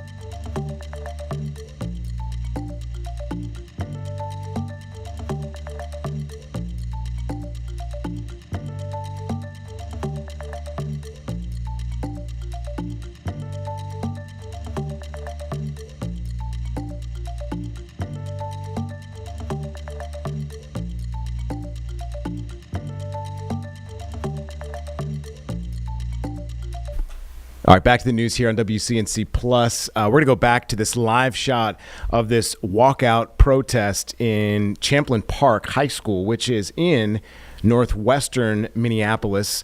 It is a suburb, but it is close to the heart of Minneapolis and really not too far from some of the other protests that we've seen from this past week. There's been a string of these. There's been one at Roosevelt High that is in Minneapolis as well. There's been hundreds of students that have made their obviously voice heard and voice known both in school and out of school. So this is another show of that in that respect, and of course in the American spirit of the First Amendment to try and exercise that We will learn more about, why these students probably did this at some point later on today. This is from KARE 11, who is covering this in Minneapolis right now. So we're watching this situation as well as others. But for now, we're going to go back to CMPD, specifying some safety topics for us. And seized 41 grams of cocaine. Brown, with a 10-year criminal history that includes multiple drug-related charges, common law robbery, was arrested that day for felony drug charges and served with outstanding warrants. The following day, those units tracked a fleeing suspect linked to a vehicle in this same case. The driver, Michael Crosby, age 26, was taken into custody in Cabarrus County. He was found in possession of approximately 40 grams of suspected fentanyl and a stolen firearm. Crosby faces multiple charges, including discharging a weapon into occupied property, felony flee to elude, and trafficking opiates. At only age 26, he also had a decade-long violent criminal history. This case highlights the teamwork between our CRUs, our detectives, and our specialized units to remove firearms, drugs, and violent offenders from our streets, preventing future crimes and saving lives. As our CRUs continue to focus and make strides in reducing violent crime, we are also focused on the youth being drawn to these patterns throughout our Juvenile Accountability and Diversion Empowerment Team, or as you've heard before, the J Team. In 2024, the J Team launched across all 13 divisions. The purpose was to intervene early, build relationships, and connect our at-risk youth and their families to resources to prevent recidivism. In August, our J Team investigated an armed robbery that involved several juveniles, including a 14-year-old. The officers arrested all 4 suspects, 3 juveniles and 1 adult. They seized 2 firearms, and later, one of those firearms was linked to a homicide. They continued to follow up with one of the 14-year-olds involved in that case. Since then, that 14-year-old, through the work of Jade, has not reoffended since August. Jade's impact is clear. In 2025, juvenile crime incidents dropped 11%. Violent juvenile crimes declined 9%, and juvenile property crime fell 19%. However, there was some trends that were concerning to us.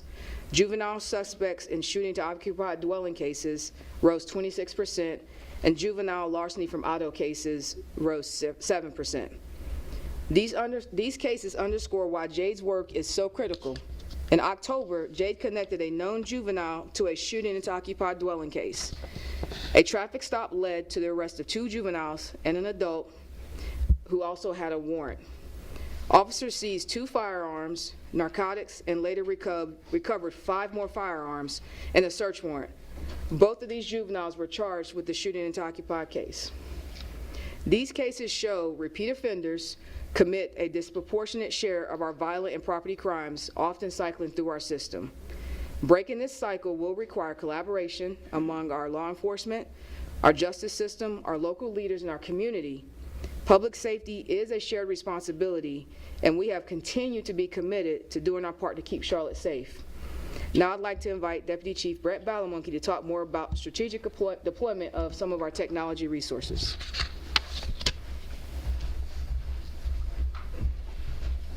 Good afternoon, everyone.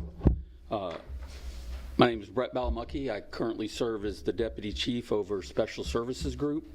The Special Services Group encompasses many diverse specialty units: intelligence, aviation, arson bomb, canine, SWAT, dignitary protection, motors, our crime lab, data analysis, and more. A critical function of all these units is how we utilize technology and training to move effectively, or to more effectively serve our community. At our safety briefing last year, we shared a recently launched program that put this mission into practice, and that's our Civilian Crash Investigating Unit, our CCI unit. 1 year later, I'm proud to share those results of a year of the program being implemented. It was created to reduce the burden on our sworn officers by assigning civilian trained investigators to minor crash investigations. So their responsibility includes responding to minor crashes without injuries and assisting with disabled vehicles and traffic control. The CCIs last year reduced wait times for drivers involved in those crashes and improved patrol their availability for more urgent calls and proactive policing, thus enhancing the customer service by providing dedicated personnel for our crash investigations.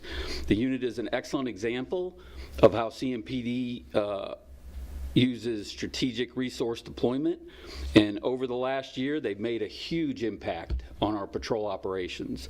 In 2025, I'm proud to say that our CCI investigators answered 8,538 calls for service, and they completed 6,639 reports. So when you hear those numbers, they sound large, but when you look at those percentages, so that first number of calls answered, that's 38% of all the calls that CMPD got on crashes, disabled vehicles, or traffic control. And the amount of reports they did was over a quarter of all the reports done in CMPD last year. So great enhancement of sharing that load with our professional staff to free officers up to do proactive policing and be engaged with the community. By shifting these calls to the civilian investigators, we redirected thousands of hours for emergency response and crime prevention and community engagement. 1 year in, the CCI unit has proven to be successful successful innovation, saving time, improving efficiency, and enhancing customer service. Another program launched in the fourth quarter of 2024 is our Connect Charlotte. It's an online portal for the residents and business owners to leverage their security cameras to make our entire community safer. With Connect Charlotte, residents and businesses can register or integrate their security cameras. And what that does is that builds an interactive map of security cameras for our entire response area across the city. So this map increases the efficiency of direct, discrete, and secure evidence collection from investigations. So importantly, camera registration to CMPD does not give us access to your cameras. So the difference is, as a resident, you can register your camera so that CMPD and through Connect Charlotte can know through a map. So if there's a crime in your area, we have the ability for investigators to reach. Got some breaking news, guys. This is what WCNC Plus is great for, giving you live updates. And in fact, Mecklenburg County just announcing within the last few minutes that there's a resignation of their health director, Dr. Raynard Washington. He's not just resigning for no reason. He is leaving us to join a post in New Jersey. So I'll read from the statement and the announcement that we got. Dr. Washington actually said, quote, "Serving as Mecklenburg County Health Director has been an absolute honor. I'm so proud of our public health team and all that we have accomplished during some of the most challenging times for public health. As you remember, COVID-19 was one of those big times he's kind of pointing out." He goes on to say, "While I'll miss Mecklenburg County and my colleagues, I know the team here will continue the work to make health possible for everyone." So obviously he's had a huge impact, not just on health here in Mecklenburg County, but across the state of North Carolina. So I'll just rifle through some of his accomplishments that they have kind of put out for folks to know. He's coordinated with county and city agencies during the COVID-19 pandemic. He established the state's first Office of Violence Prevention and Strategic Plan of what's called the Way Forward. It outlines a comprehensive data-driven public health approach to reducing violence. That's something that we have discussed here on WCNC Plus and on WCNC as well. He's increased access to critical public health services, expanding clinical services, mobile health units, pediatric dental services, among others. Overseeing the community's response to numerous infectious diseases, including the 2022 Mpox outbreak that garnered national coverage, of course, international coverage as well. And he secured external funding to support the department's foundational capabilities, hosting several notable convenings of MEC Design Day, things like that. So he's also achieved accreditation through the Mecklenburg County Public Health for the NC Local Public Health Accreditation Board. So some amazing accomplishments. He will now be will be under New Jersey Governor-elect Mike Sherrill, that's been nominated now as the next Department of Health Commissioner for the state of New Jersey. So a humongous, obviously, job promotion for him. We wish him well and wanted to give you those updates here on WCNC Plus. We're going to be back in 2 minutes. We're going to take a quick 2-minute break. See you then.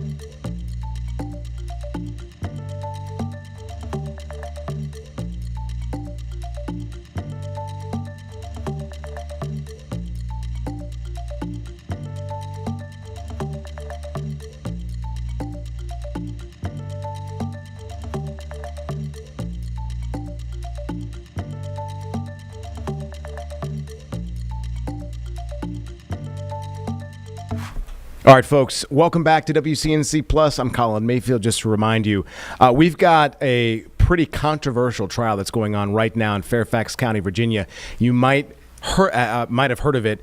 It's this former Brazilian au pair who is testifying against her ex-lover, who apparently plotted to kill his wife. There are some details that have been lacking evidence as well that they are looking for. Let's go to some testimony that's happening live right now. Them for gunshot residues and then compare them to known targets that I've created in the laboratory. And how do you conduct this examination in the laboratory? Regarding the evidence item of clothing, I visually, microscopically, and chemically process that for the presence of gunshot residues. I also create test targets at known distances and compare those test targets to the results of the evidence clothing. And were you able to draw any conclusions about the distance between the muzzle of the .43X and the hole in the t-shirt? Yes. And what was that conclusion?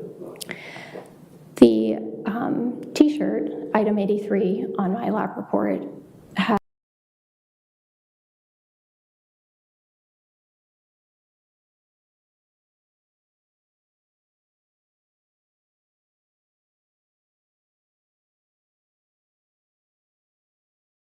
All right, folks, we're going to find a different feed for you. Our people work fast, but I do want to give you some details. So there was some testimony yesterday from this au pair who is from Brazil, and she's turned against really what folks are saying in the local media against her former lover.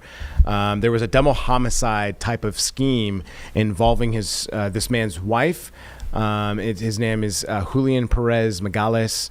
So these are 2023 killings of Christine Banfield and Joseph Ryan, and the alleged involvement in that, Brendan Banfield's alleged involvement in that. So again, a very interesting trial that folks are becoming familiar with.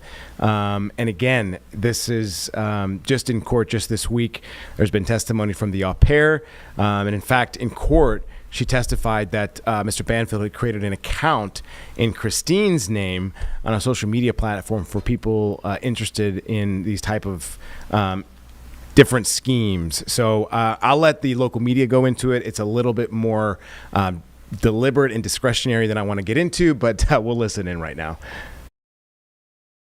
236 is a firearm Glock 43X. 237? That is blank. 237. 237. Any objection? All right. Thank you. I'm going to scroll through this so that you can see. Is this your lab sheet? Yes. I don't have any further questions for you. Mr. Carroll is going to have some questions for you. I'm going to separate for this for just a moment so that only the lab sheets that Mr. Okay. Carroll is looking All right, for are showing. Take a moment to do that. Mr. Carroll, are you going to need the firearms themselves for your cross-examination? Okay. I'm going to.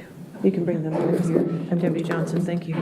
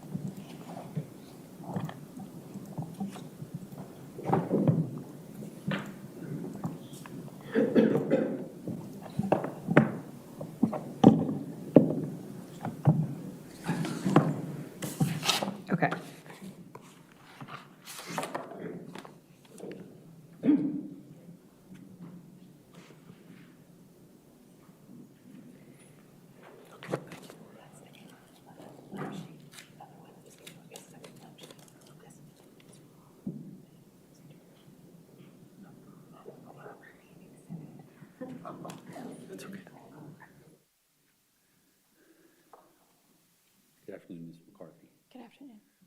I think we previously had spoken in prep, or I guess months before this trial date.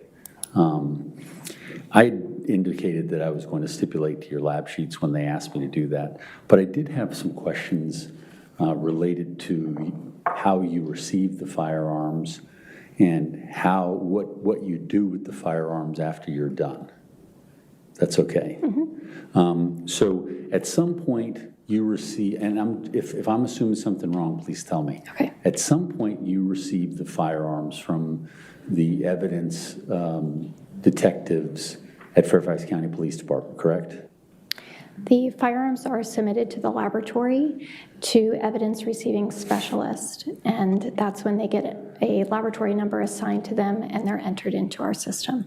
Okay. And so there's someone in your organization that takes it and then brings it to you for whatever the specific test is?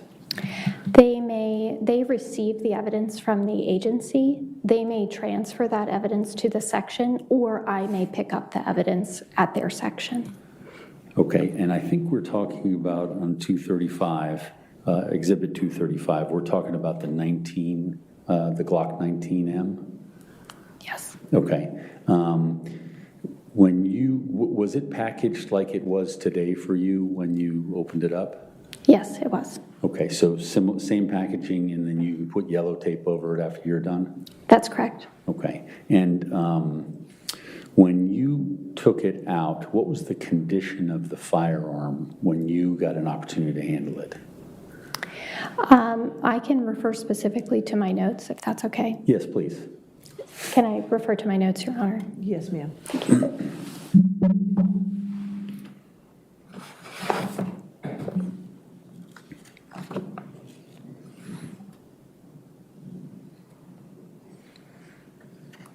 The Glock Model 19M was received in a closed brown bag with a zip tie through the action of the firearm, and a flashlight was attached to the firearm. And there was possible biological material that I noted on the firearm. Okay, and the biological material, would that have been blood? That's outside my area of expertise. Okay. Well, I guess that my question is there any sort of a cleanup of that firearm in order to do the things that you do to test it? No, I did not clean the firearm. Okay, and are there any instructions to police department evidence clerks or detectives who are bringing things like firearms to you and how they should be in, what condition they should be in before you get them? Firearms can be submitted to the laboratory in the same condition that they are recovered in, particularly ones that are submitted in water. We want the agency to submit the firearm with water or in water. Okay. And is there any situation where you would want them, if say there were other tests that needed to be done, where you would advise them to do other tests before the tests that you do? There are some agencies that do fire the firearm for entry into the NIBIN system before it's submitted to the laboratory. And was that done in this case, do you know? Yes, it was. Okay. So the testing, would the testing have you done that you did in creating this lab sheet, would that have caused any contamination to any later blood analysis that was on the gun? Again, any analysis regarding biological materials outside my area of expertise. Okay, so there are no policies or anything regarding that? Typically, if there is a request for a DNA test or a latent print test, that would occur before it comes to the firearms section. Okay.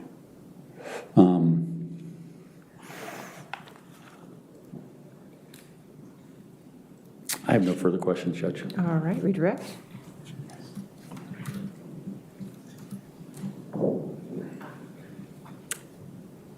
Neither of these firearms were submitted to you in water, correct? That's correct. No further questions, Judge. All right, is this witness subject to recall? No, Judge. All right, you're free to go. Thank you, ma'am. Thank you. Have a good day.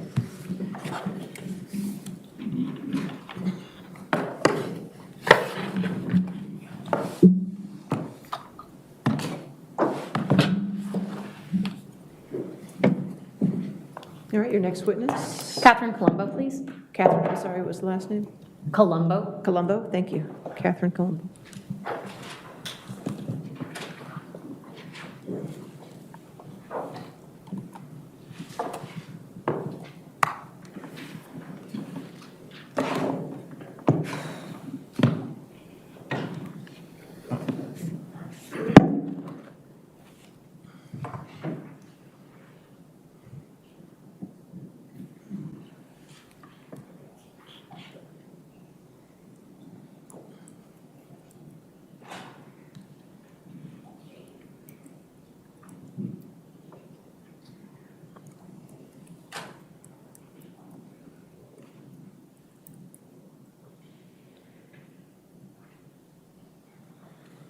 All right, folks, the forensic expert just left the stand. Obviously, they're having some meetings right now. We're going to take a quick 2-minute break, and of course, we'll come right back.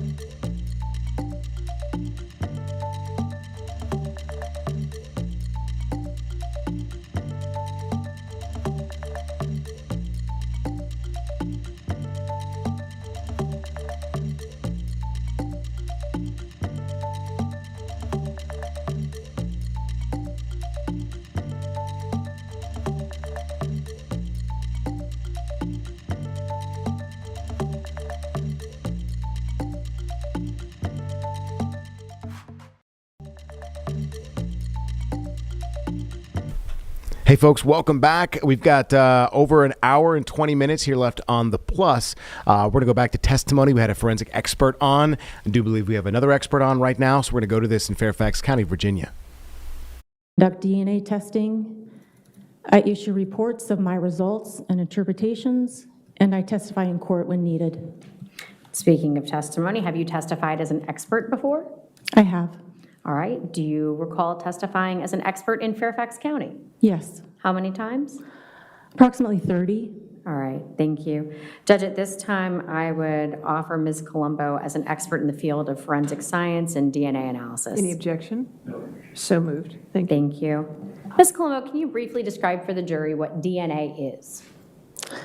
The letters are an abbreviation for deoxyribonucleic acid, and it's the chemical substance found in our bodies that contains all the information and instructions that a person needs to develop and function during his or her lifetime.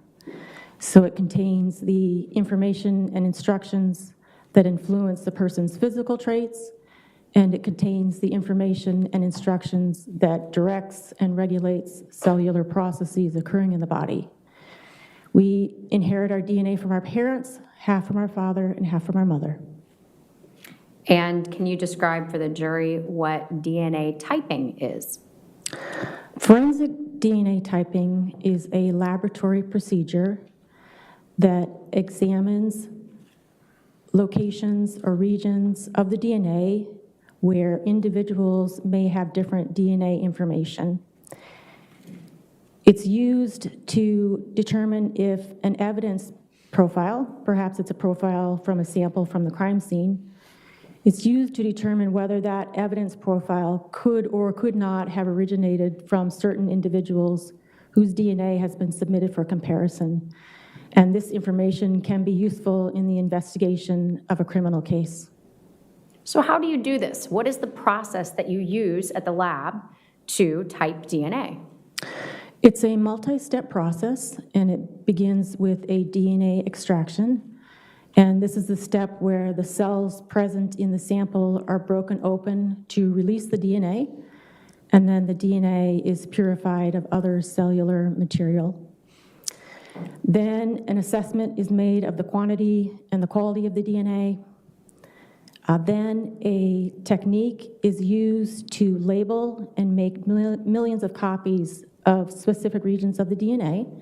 And at the end of this step, I have labeled copies of DNA fragments of different lengths. I then utilize an instrument to separate the fragments by size and detect the labels.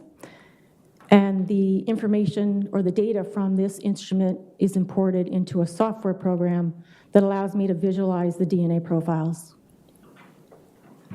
And what is the name of that software program, if you will? That's called Gene Mapper. Okay. Do the terms PowerPlex fusion mean anything to you? Yes, that's the name of the routine DNA test that I conduct, and it examines 24 regions on the DNA. I also conduct Y chromosome testing, which examines 17 regions on the Y chromosome. What information do you then rely on for your statistical analysis? For that analysis, I use the actual data for the evidence profile being evaluated, and I use population studies of the frequencies of the DNA types that's provided by the National Institute of Standards and Technology, and I'm utilizing standards and guidelines in the field as well as my own laboratory's procedures. All right, let's talk about other types of testing that you might perform outside of DNA. Do you test for bodily fluids? I do. Okay, and what information do you use or what methods do you employ to detect the presence of bodily fluids? Body fluid testing, blood is indicated using visual and chemical tests. For seminal fluid, these tests are done using visual tests, chemical tests, and/or immunological tests. I also conduct a microscopic examination for spermatozoa, which are the male reproductive cells. All right. So I think later we're going to see not confirmatory. What does it mean when the results of these tests on bodily fluid are not confirmatory? Yes, so the blood and the seminal fluid tests that I do are called presumptive tests, and it means that a substance could possibly cause a positive reaction when either of those body fluids are not actually present. The identification of spermatozoa with a microscopic examination, that is a confirmatory test. Thank you. So did you receive evidence collected from each of the 4 individuals involved in this case? I did. And what did you receive? Specifically, did you receive PERC kits? I did. Okay. What is a PERC to your knowledge? It's a kit that contains samples and swabbings from various body areas. And did you receive a PERC from Christine Banfield and Joseph Ryan? All right, folks, watching this protest, this is a different one, I do believe. We did see a sign zoomed in on from the helicopter above that was Northeast Central Avenue. This is in the Columbia Heights neighborhood, north of Minneapolis's downtown. If you know anything about Minneapolis, this is across from 94, I would say to the east of 94, and it's across the Mississippi River. So yeah, the Mississippi River does go all the way up towards and through Minnesota, which splits the Twin Cities in some sense. But yes, this is a very interesting revelation as we were showing you another walkout and protest from a different school, Champlain Park High School, which is a few miles from North Central Ave. And in fact, we were trying to understand if the two protests were connected, if these were the same people. So we're still trying to verify that. But again, these individuals seem to have many more signs than what we have seen before. So we're watching all of the revelations and developments from the streets of Minneapolis for you, and we will continue to do so. We're going to go back to this trial here of this Brazilian au pair and this twisted scheme of murder that we're just hearing about in Fairfax County, Virginia. All right, 160 in evidence? And if that can be published, please? Yes. All right, do you recognize this exhibit? I do. Can you identify what it is? It's the certificate of analysis that I issued for laboratory case number N231753, and it's dated May 22nd, 2023. All right. Let's walk through the items that you tested that resulted in the production of this certificate of analysis. We see item 10, the knife, and if I can have the court share Commonwealth's 114. Previously admitted.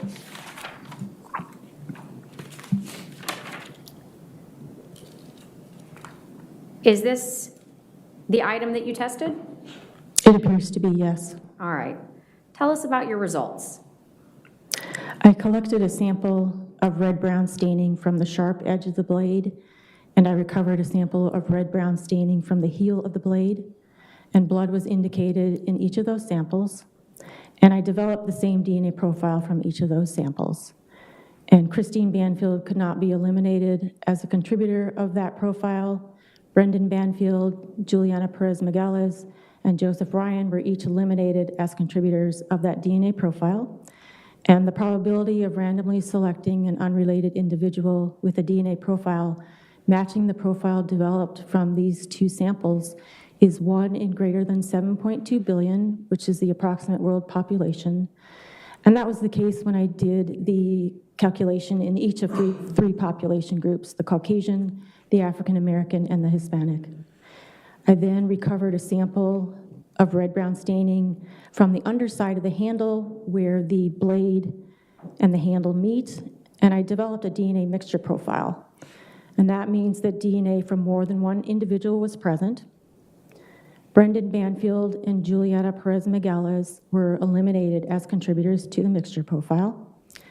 I referred the data for this mixture profile to a separate analyst for evaluation with specialized software and for conclusions with respect to Christine Banfield and Joseph Ryan and any statistics if applicable. Thank you. Going back to your test of the blade of the knife and the language that an individual could not be eliminated as a contributor, would you also be able to say that means it was a match to the contributors that you did identify? That could be another term that could be used. Could not be eliminated, a match, an inclusion. Thank you. I'm now going to ask you to take a look at what's been previously admitted as Commonwealth's 129.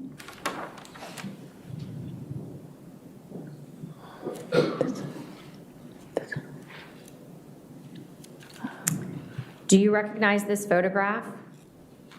Yes. Okay. And this was the fitted sheet from the bedroom of Juliana Perez-Megales. Is that your understanding? It is.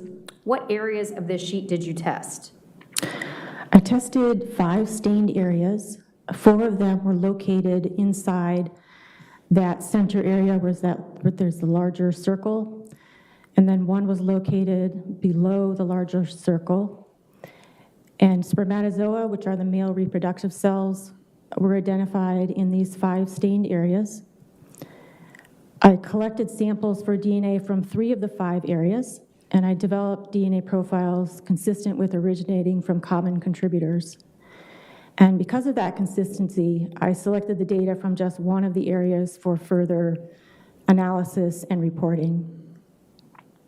When I processed this sample, I used a method that attempts to separate the DNA information contained within the sperm cells from the DNA information contained within any other cell type present in the sample. So from the sperm fraction, I developed a DNA profile. Brendan Banfield could not be eliminated as a contributor of that profile. The other 3 individuals were eliminated as a contributor of that profile. And the probability of randomly selecting an unrelated individual with a DNA profile matching the profile developed from the sperm fraction is 1 in greater than 7.2 billion in each of the 3 population groups. All right, so Brendan Banfield's spermatozoa was identified on Juliana Perez Magalhaes' bedsheet. He could not be eliminated as a contributor of that profile, and the other 3 individuals were eliminated. Thank you. I'm sorry. For the non-sperm fraction, I developed a DNA mixture profile, and Brendan Banfield and Juliana Perez Magalhaes could not be eliminated as contributors to the mixture profile. Christine Banfield and Joseph Ryan were each eliminated as contributors to the mixture profile. And the probability of randomly selecting an unrelated individual who would be included as a contributor to this mixture profile is 1 in greater than 7.2 billion, and that was the case in each of the 3 population groups. Thank you. Turning to item 91, the Physical Evidence Recovery Kit, or PERK, from Christine Banfield. When you examined the contents of that kit, what did you determine? In the kit, there was a vaginal cervical sample, an anorectal sample, and an oral sample, and blood was indicated on the oral sample. The blood tests were inconclusive for the vaginal cervical and anorectal sample, and no male DNA was detected on any of these samples, so no further testing was conducted.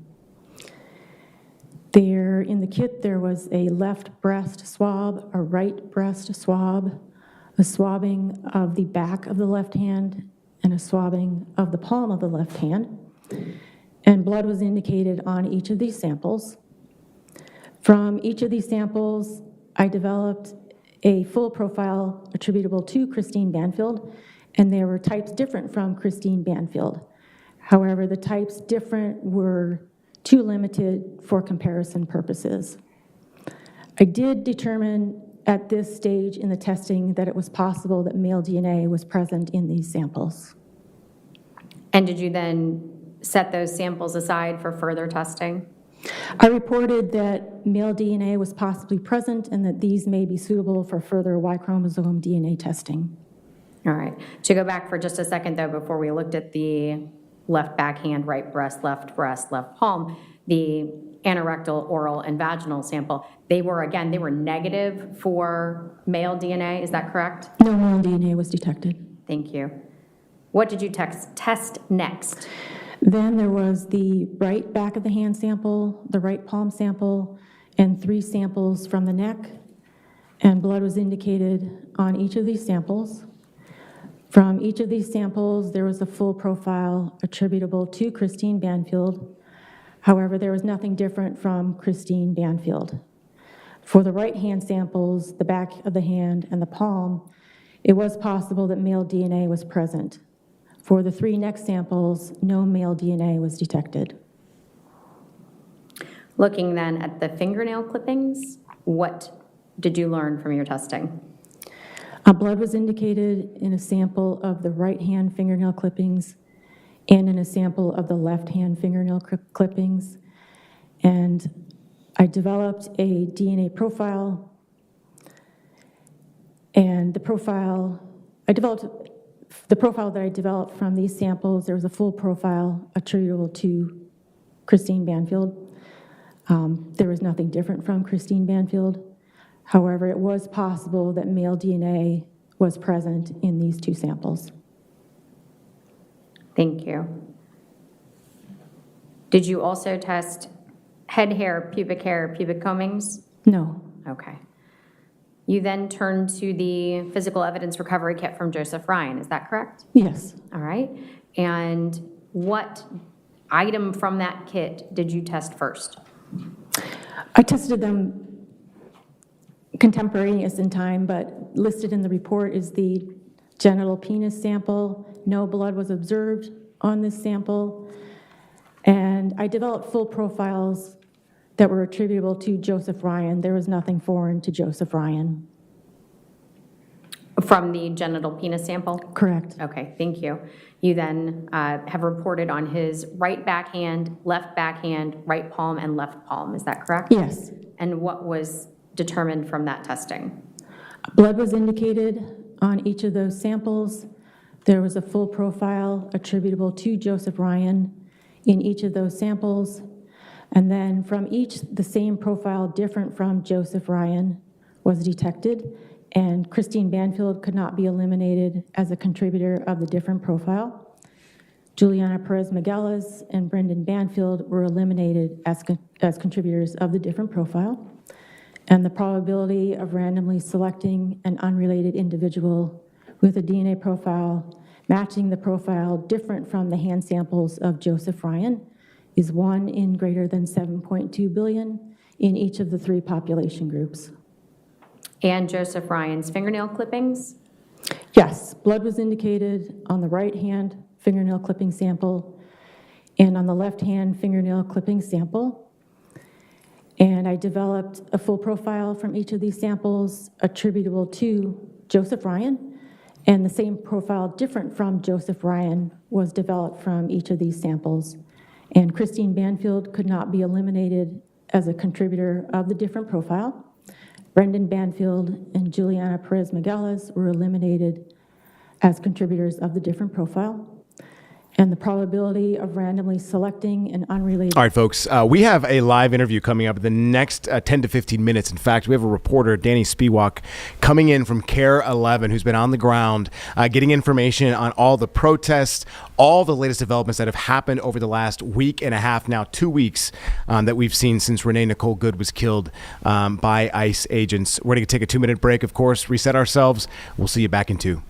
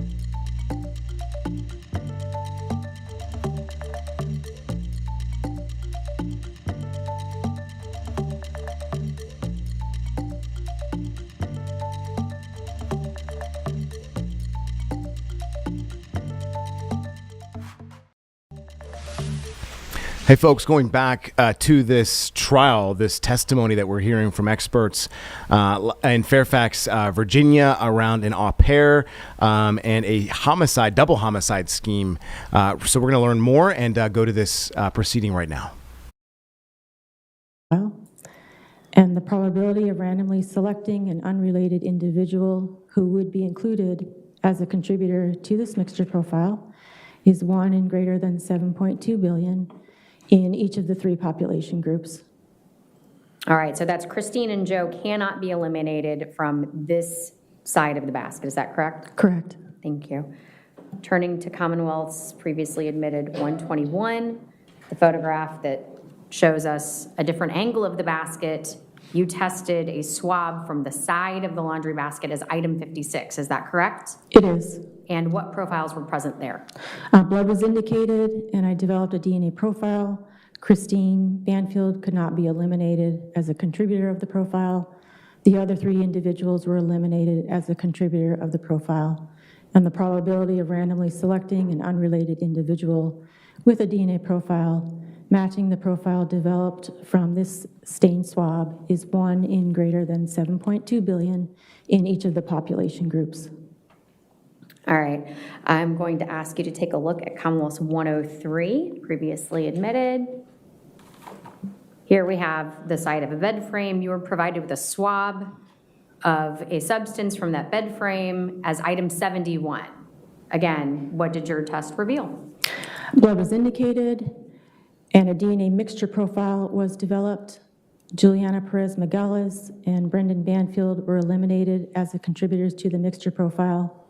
And for this mixture profile, I referred the data to another analyst for evaluation of the profile with specialized software and for conclusions with respect to Christine Banfield and Joseph Ryan and any statistics if applicable. Thank you.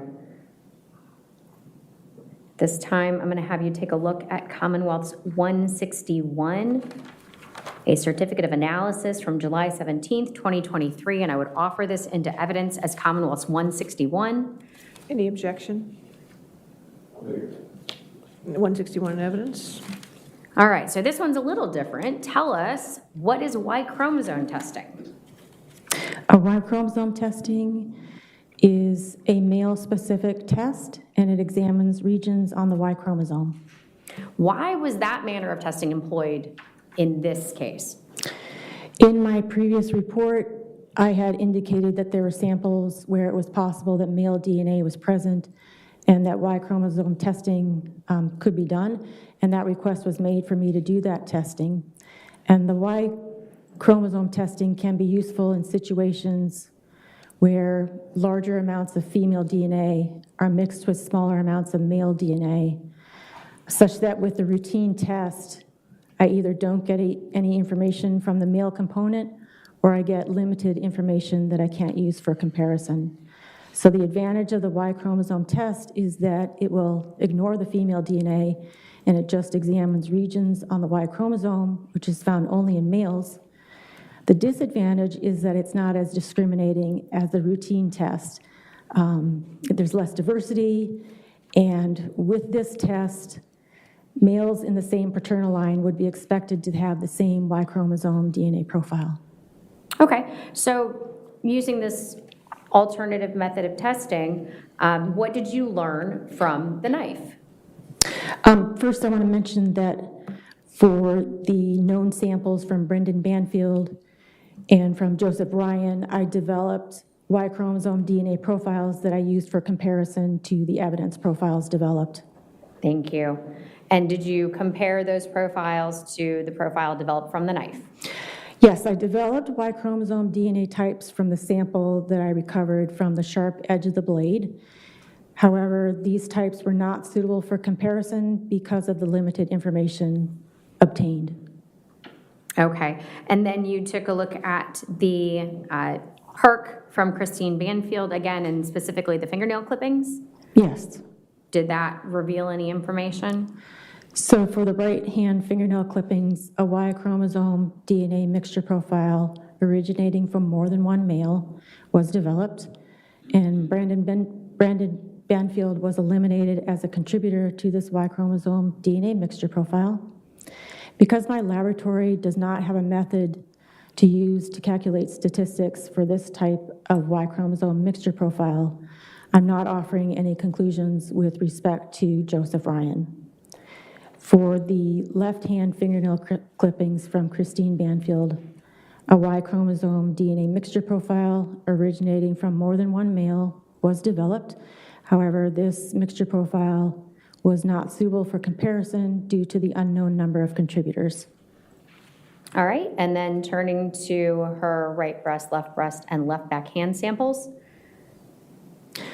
Yes.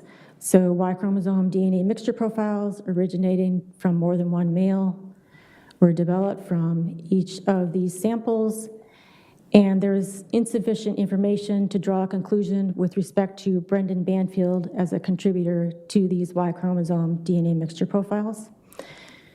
And again, with these mixture profiles, because my laboratory doesn't have a method in use for calculating statistics for this kind of a Y chromosome mixture profile, I'm not offering any conclusions with respect to Joseph Ryan. Were you able to reach any conclusions for the right backhand and left palm sample? Yes, Y chromosome DNA mixture profiles were developed, and I developed the same major Y chromosome DNA profile from each of these samples.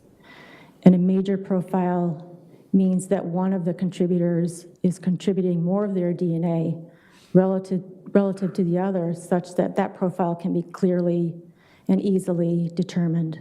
So Joseph Ryan could not be eliminated as a contributor of the major Y chromosome DNA profile developed from these two samples, nor could any of his male relatives in his paternal line.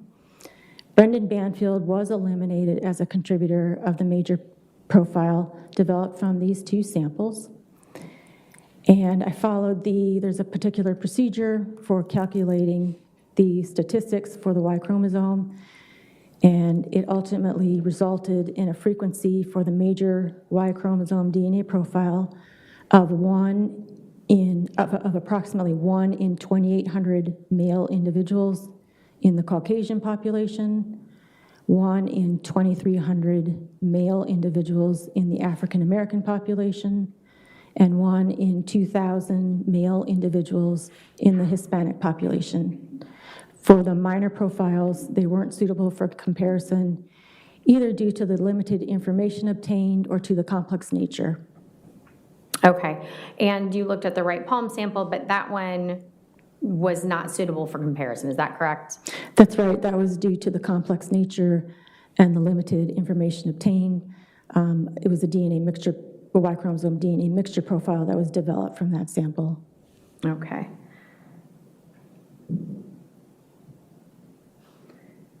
We'll turn to what's being marked as Commonwealth's 162, Certificate of Analysis from February 5th, 2024. Yes. To offer that into evidence at this time as Commonwealth's 162. Any objection? No. 162. All right, do you recognize this document? I do. All right, and Judge, I'd ask it be published if it has not yet already. It is. All right. Could I try to move through this one a little bit more quickly because it wasn't as interesting, I think, for us. The swab of the cartridge casings did not present enough DNA for there to be testing. Is that correct? That's correct. For the item 75 swab of the cartridge case, no blood was observed. For item 76, no blood was indicated. And then for this type of sample, which is called a DNA trace sample or a DNA touch sample, my laboratory has done a study. All right, folks, we had promised a live interview. We're going to get to that in a couple of moments. We had been following this walkout protest in our 2 o'clock hour here on WCNC Plus. We believe these individuals are from Champlin Park High School, which is in and around the area of Minneapolis, above Brooklyn Park, as I had said, one of these northwestern suburbs. Not too far, though. They have made their way closer now to downtown on North Central Avenue. And in fact, we have one of CARE's reporters, Danny Spiewak, reporting for us, who has been on the ground over the last couple of weeks. Danny, thank you so much for joining us. I know you guys have had barely any time to sleep, eat, or anything else other than write stories the last couple of weeks because of all that's happened. So I want to first thank you for your journalism. This is a huge thing, obviously, what we do to let folks know what's going on the ground. So I want to start there. Can you give us, and I know it's tough for us to fathom since we're not on the ground. Give us just an idea of what the environment is from an outsider's perspective. It seems like it is so volatile right now. Well, thank you for having me, and I really appreciate being able to tell people outside of Minnesota exactly what is going on here, the big issues that are driving the situation, and just kind of giving you the real-time impact. So the best way I can describe it is there's just kind of this lingering sense of tension across Minnesota, across the Twin Cities. But it's not as though if you were to walk outside and you looked on the street that you would see mass federal agents lining the busy streets, lining the major freeways and interstates. But there is such a significant federal presence here with more federal agents than there are local police officers in our two largest cities, that there are these very targeted and sporadic situations across the Twin Cities metro area, even across the state into what we call greater Minnesota, our smaller cities and smaller towns, where these immigration enforcement actions are taking place and they're unfolding in public. You just don't know where they're going to be. They're unfolding in public, oftentimes met by protests once people find out that ICE is in the area. And as news organizations, we are trying to keep up with where everything is happening, but you can't predict from 1 minute to the next where anything's going to be happening. And so there's a feeling of tension, especially in the last week or so after the killing of Renee Good in Minneapolis. And then we had a second shooting involving a federal agent last night, somebody shot in the leg during a confrontation. And so it's very tense. There are, restaurants that have either closed early or closed altogether. There's an impact to daily life, but it isn't as though everything has come to a standstill. It's just more the uncertainty of not knowing when things might unfold. Yeah, I think a lot of folks from Charlotte remember, right, with some of the ICE incidents that happened here.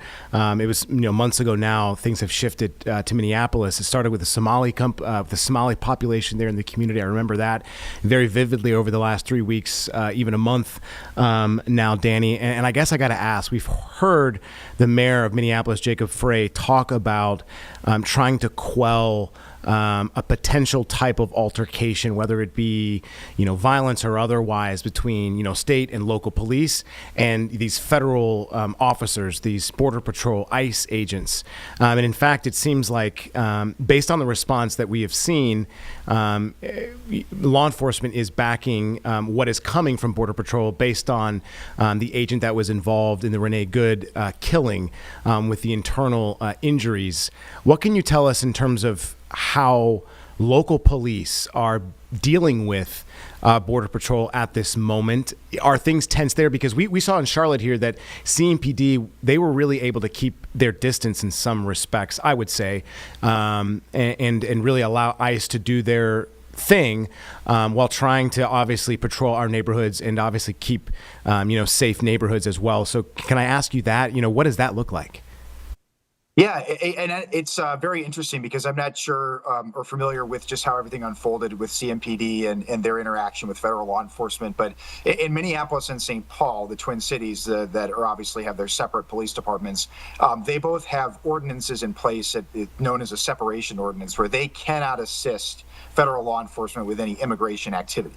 However, they can show up to a scene if it's getting out of hand or if there's a protest, which is what we see all the time, where local law enforcement is put in the position of trying to do what I would call crowd control, but not having the ability, of course, to enforce any federal immigration law or work alongside the federal agents.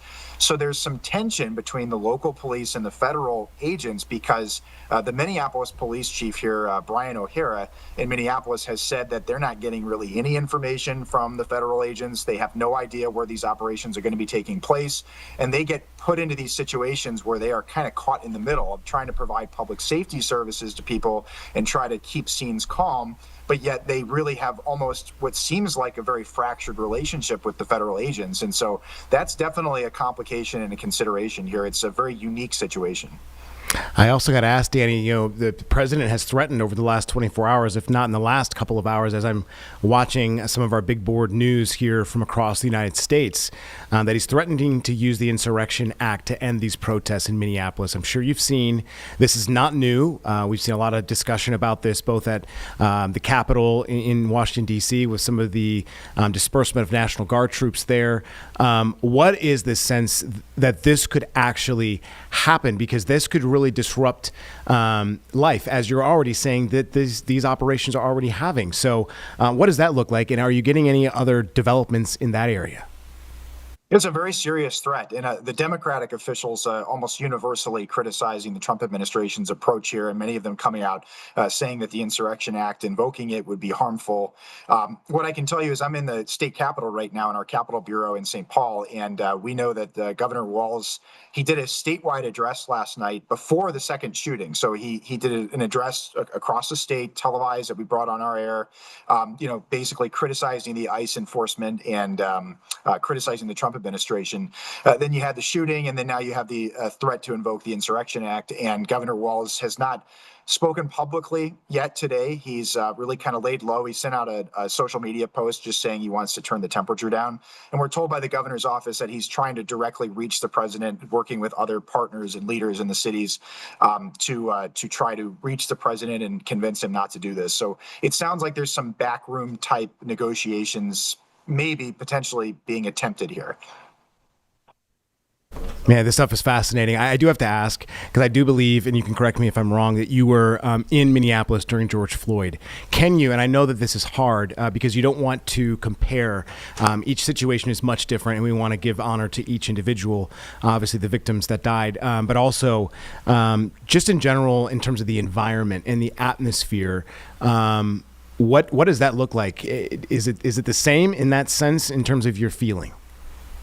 It's a really good question, especially because the incident with Renee Good happened like a mile or so from the site of George Floyd's murder. So it's the same neighborhood, basically, of Minneapolis. So I'll start with just there are some similarities because in terms of, I would just say we're very sensitive to the possibility or thought that there could be unrest in the Twin Cities. So those preparations are people take that very seriously because of what we saw in 2020. But this is so there's that same tension, that same feeling of dread of what's going to happen next. So that's similar from that regard, but it's different in the respect that it's a totally different dynamic because in 2020 you had the murder of a citizen of Minnesota by a local police officer, and so the tension was between the community and the Minneapolis Police Department. And so the 3rd precinct that burned was a visible symbol of the city's policing, and it led to so many reform efforts. But this one is a clash between people in the community supported by their local and state officials versus the federal government.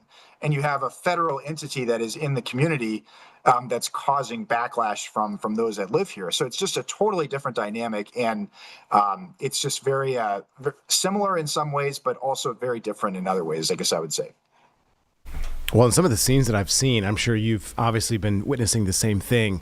They're hard to put into words to describe. In fact, I think last night I saw a man near Columbia Heights in this neighborhood potentially kind of saying, kind of pleading with these ICE agents. It was under the cover of night, and he was saying literally in each of these houses, there are children that are not only watching what is happening outside, but wondering, right, if they're safe. And he was just kind of saying he couldn't believe this was happening in America. And it seems like this sentiment is being felt not only across Minneapolis, but across the United States, right? But just this plea from a father to these individuals asking, you guys have families at home. You have left your families to do this. Do you think this is right? Have you heard those same sentiments kind of told to you guys? Yeah, definitely. I think from people in the community, there is such a lack of trust between the federal government and many in the community. Now, this is different depending on where you are in Minnesota, because obviously, Minnesota is a blue state, and the Twin Cities are, heavily Democratic, typically politically. That's not universal, but the cities themselves, I think there's a lot of anger within the community that they feel that the Trump administration has kind of come into the community and is causing havoc. But Minnesota is a closely divided state. It's a closest divided legislature in the country. The House of Representatives is tied with Republicans and Democrats. So there is a segment of the population in Minnesota, I think, that believes that the ICE presence is warranted, that they supported the president's deportation promises during the 2024 campaign. And so it depends on where you are in the state in terms of how people are feeling. But certainly in the heart of Minneapolis and St. Paul, there is a sense that they believe the federal government has come in against their will and is imposing their will for the purpose of immigration enforcement. Let's get human here for a second. Danny, we're humans. We've been in this business for a couple of years. Some of the things that we've seen, we've never seen before. And I know, you, like I said, you're witnessing them firsthand. So I can't imagine that. But I do want to ask, in terms of how people are experiencing this, the reporters that are in the room, yourself, and really what's been told to you guys of what to do, how to take care of yourselves, not just you, but other citizens that are in these neighborhoods that are maybe tear gas, that are seeing these incidents go on. What are the best things, and what things do you kind of cling to when you're seeing some of this unrest? Because I think people forget, right? We're human too. We report on these things. There are some harsh things said in the media about us. We got to be honest about that. But these are our jobs. We take them seriously, and obviously we're trying to do the service that we can for the community and for our communities that listen in on this. Because as we've seen, and I've seen firsthand as well, there's a lot of fear that plays into this. Not to throw in anything personal, but I've seen family members in Chicago that have been detained, by ICE before. So I think a lot of us have personal stories that go along with this. So from that, sorry not to speak too much, your experience, how are you guys feeling, and what can folks really do who are on the ground? What have you guys been told to try and help yourselves move this along? I love that question because it's something that I think a lot of people wrestle with, especially in the, whether it's the media or just anybody else that's in the community and is living through this, no matter what you feel about the situation. But I think the thing I have to remind myself is, and the one best advice I guess I would have for people is that, when you talk to real people on the street, most people just want the chaos to end. Again, I understand there's different political views on what's occurring and who's at fault, but I think most people at the end of the day just they would like peace back on the streets. They would like us to be able to move forward. I think there's kind of almost like an extreme element that is amplified on social media, that it starts to feel like, oh my goodness, like everybody is so divided, which, to an extent, I think people are very divided in America. But I think that it's amplified in the social media culture, that I think if you just talk to real people, Democrat, Republican, Independent, I do think that there is just a sense of, okay, let's, wish there was a way to get out of this, wish there was a way to work together. I think you bring up a great point, right? In social media, there seems to be like this echo chamber of, the same thoughts that you are having that just continue to be reverberated, right? And sometimes it's good to hear other perspectives, although it doesn't feel good, maybe to put yourself in other people's shoes. And I think that's what reporters do every single day. So, Danny, thank you for sharing your time with us. And I'll ask one final thing to you, which is anything else that I didn't ask you that you think is important, man, that you want to tell us about the situation that's ongoing, or kind of, what you've experienced. Yeah, I guess I would just say for anybody watching outside of Minnesota, outside of the Twin Cities, I do not want to minimize the seriousness of the situation that we're in. And perhaps you saw this in Charlotte as well. But I do think when people look at the images, it's not as though the entire Twin Cities, the entire state of Minnesota is currently in, like that every street is currently the images you're seeing, if that makes any sense. Right. Like I mentioned to start the interview, that if you were to walk outside and just look around, nothing at first glance might seem off. But there's a lot of tension. There's a lot going on. It's a major, major national news story that we're all kind of thrown in the middle of. But the people here are persisting and trying to move forward with daily life. Well, I know that our company has put out the call for journalists to come and support you guys in your efforts, and I know a lot of folks will do so and do that. So stay strong. Thank you again for all the great reporting that's coming from your station, and I'm sure we'll check back again. So please don't mind us bothering you again if you can spare the time. Sounds good. Anytime. Happy to join you. Thanks for having me. All right, Dennis Biwak from KARE 11 News in Minneapolis. Folks, we're going to take a 2-minute break. We'll come back after this.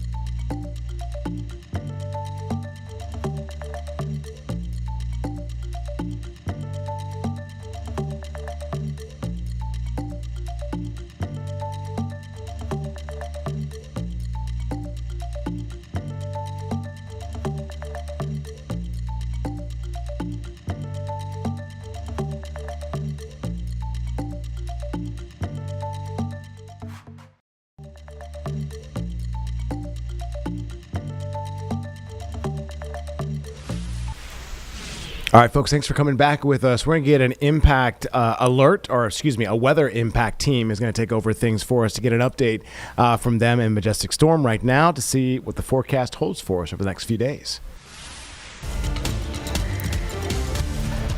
Well, good afternoon to you. I'm WCNC meteorologist. Majestic Storm. It is cold out there from the mountains to the city. It doesn't matter where you are today. Grab that winter gear and keep it handy because conditions kind of get worse as we head into the overnight hours tonight and into our Friday morning. Now, the silver lining is that at least it's gorgeous out. We have a lot of sunshine out there, so layers and sunglasses is what you're going to need today if you plan on being out and about. Now, we're tracking dangerously cold temperatures throughout the day today, especially up in the mountains. Those feel-like temperatures are actually below zero at times. And then also we're following the possibility of seeing another round of snow moving in this weekend. Some of that snow may even reach Charlotte. Now into the afternoon, it is going to stay breezy. Unfortunately, it's kind of the last thing you want when temperatures are already cold. Then you add some wind on top of it and it makes it feel a lot colder than it already is. Around 20 to 25 mile-per-hour wind gusts around Charlotte, but once we're looking up in the mountains, the National Weather Service has issued cold weather advisories throughout the rest of the day today and into our Friday because it's cold, but really those northwesterly winds are the strongest in the mountains, gusting 45 to 55 miles an hour. Yeah, the wind on top of the cold temperatures, and it will likely feel like we are below zero again tonight and into Friday morning.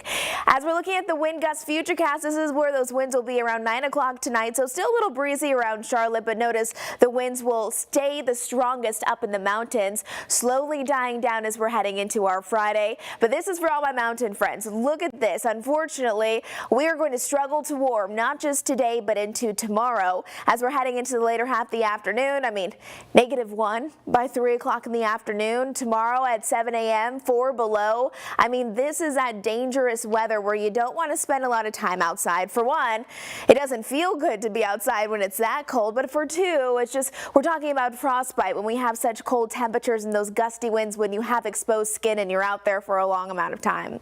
Now, again, tomorrow is going to be another beautiful day. We'll have sunny skies throughout most of our Friday, and then those temperatures will eventually rise. It will be warmer tomorrow, but look at this, 38 degrees. That's our high temperature today, not even touching 40, and we should be into the lower end of the 50s for this time of the year. Lows tonight again dropping down into the teens, so if you have any outdoor pets, bring them inside tonight. At least help and put them in the garage, if not with extra blankets, because if it's cold for you, it's definitely going to be cold for them too. Bus stop forecast, make sure those kiddos are bundled up tomorrow morning. And then we're watching this coastal low that's going to start to move in Saturday night and into Sunday. That could bring us a possibility of seeing some snow. The problem is, of course, models are not agreeing on this. One model is saying we could see some spotty flurries. Another model is saying, well, we could actually get a little bit more widespread snow. Bottom line, I need you to stay close to our weather team and anticipate the possibility of at least some snow flurries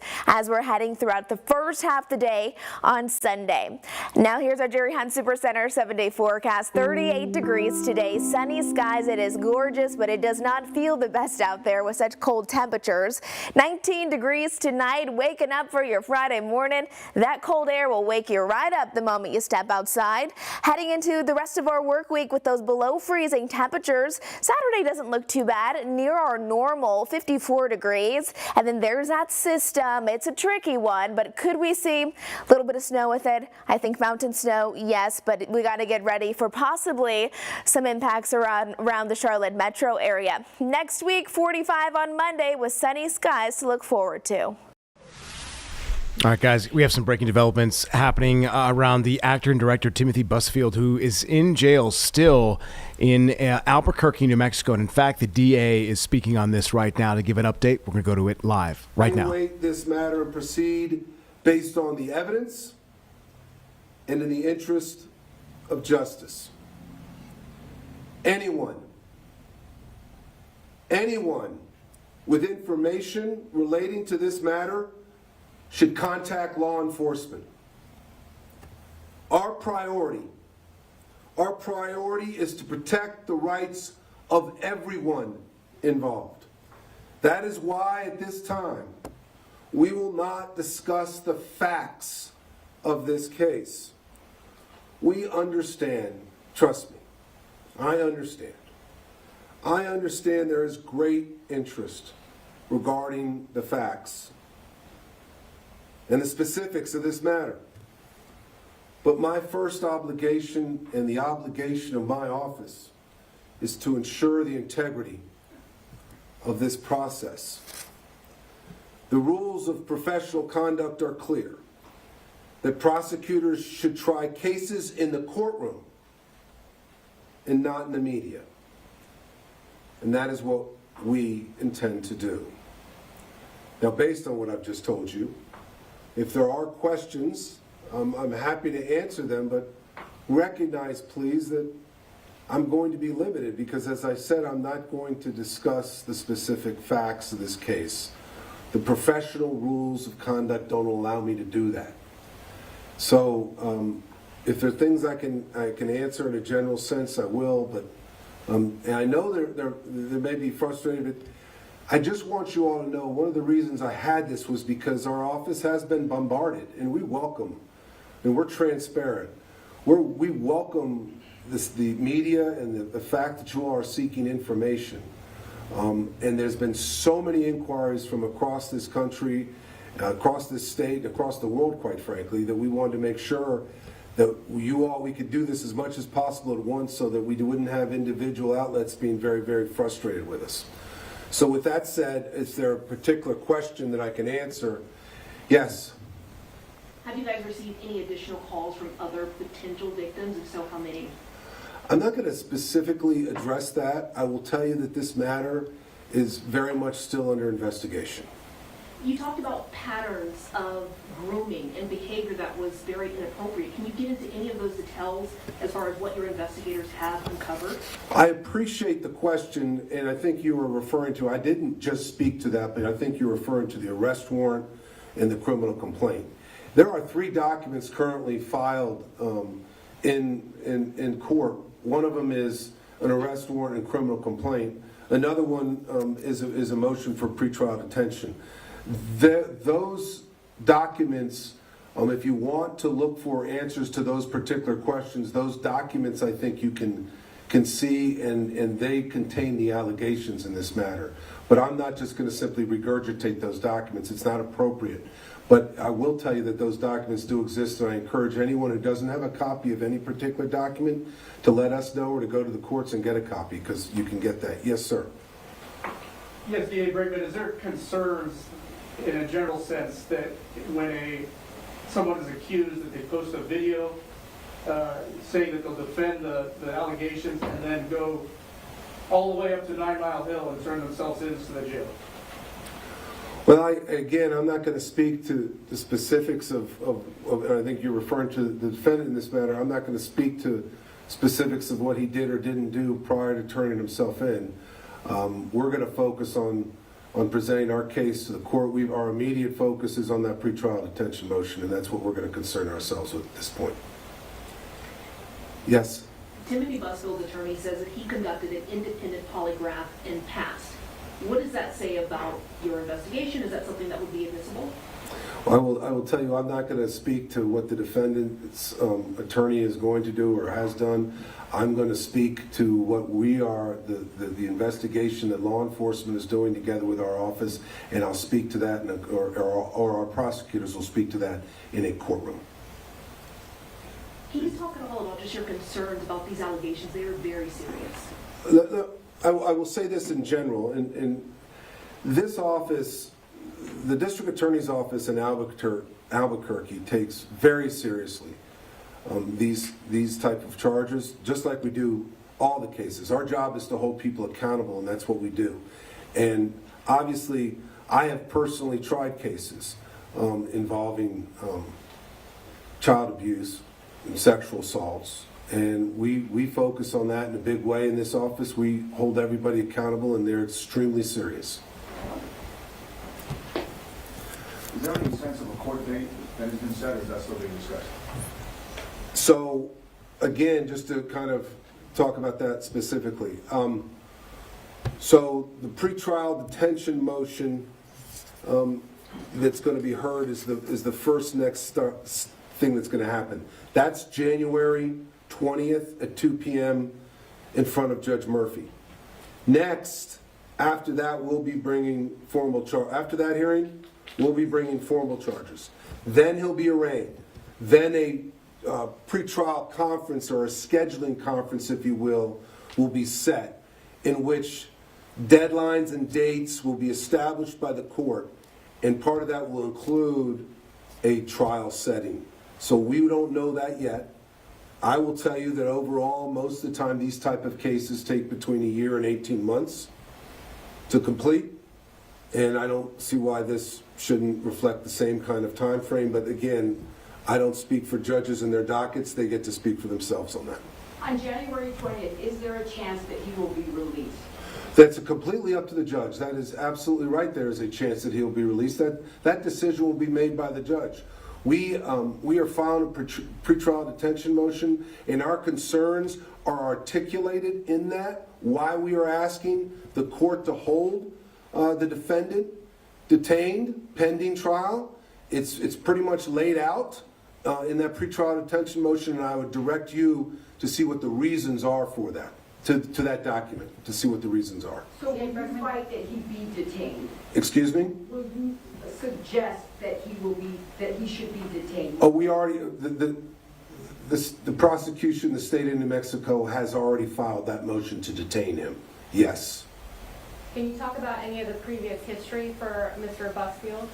No, but I won't do that right now. I will tell you that some of that is outlined in the documents that have been filed in court. Yes. Can you tell us about your department that handles this type of case, highlighting how many people that go after predators and then people that group children? I'll just tell you in general about my office. We have close to, I think, 120 prosecutors in this office. We have some of the most amazing, fantastic prosecutors who have done it many years, including child abuse and child sexual assaults. I'm very proud of them. They do hard work and they bring justice for the people of this county. And they do great work. And I have been able to try cases with them as co-chairs in the courtroom, and I'm constantly impressed by their professionalism and their abilities in a courtroom. Yes? You guys are requesting that he stays locked up during these court proceedings. Usually that's out of safety concerns for himself or other people. What is it about Timothy Busfield that makes you concerned if he is released? Just to be clear, we file motions routinely on cases like this that have the same type of charge. Something we do, and it's not specific to this case. This is it may be in some respects, but overall, this is what we do. We ask for pretrial detention motions in cases like this, and certainly that is what we're doing in this case. Pretrial detention motions in general are filed because the DA's office believes that for the safety of the community's sake, it is important that they remain in custody because of the danger to the community, and no reasonable conditions can be set to guarantee that safety for the community. That's why we have filed our pretrial detention motions in cases across the board, and we file a lot of them. I think over last year we had over 800 defendants detained pretrial. In New Mexico, some time ago, we changed our bail system. We no longer really have the normal bail system. It's either you're in or you're out. And if you're out, it means the judge has determined that they can be conditions of release that can be fashioned, that will secure the safety of the community. If you're not out, then there's not, at least in the judge's opinion, there's not things that can be put in place to preserve the safety of the community. And D.A. Bregman, Timothy Busfield is defending himself, going on camera saying that these are all lies. How confident are you that this case is solid? Well, listen, this, I'll just talk in general, and I think you'll hear my answer on that. I don't specifically, this office, we have a very clear, high standard of professionalism. We don't bring cases forward. We don't agree to prosecute any case unless we believe beyond a reasonable doubt that we can convict them. No doubt? beyond a reasonable doubt, is what I said. Do you have any doubts? So I'm not going to get into that kind of an answer. We are going to argue and provide evidence to a jury of his peers in the future, and we'll wait till then to comment. Okay? Yes? Mr. Bregman, is there any statement that you would like to say to any victims or potential victims that may come forward? No, listen. In general, not specifically even to this case whatsoever, of course we want victims and survivors to always contact this office. We have a very large victims advocate unit here in this office. We're very proud of the work we do with all types of victims.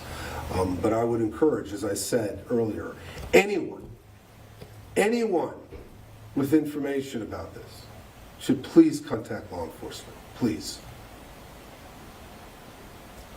All right then. Thank you very much for your time today. I appreciate it. Thank you.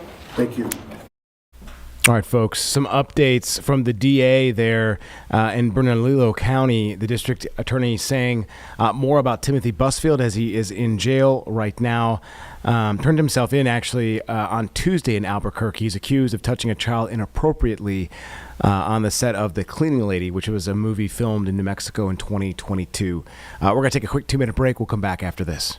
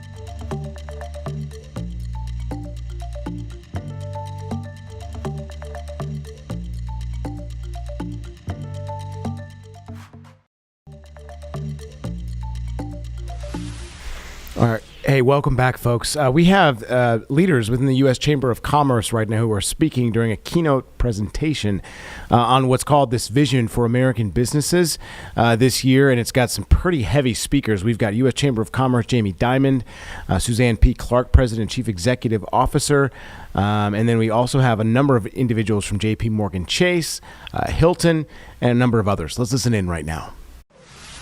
In many bars when we had them and where we do have them.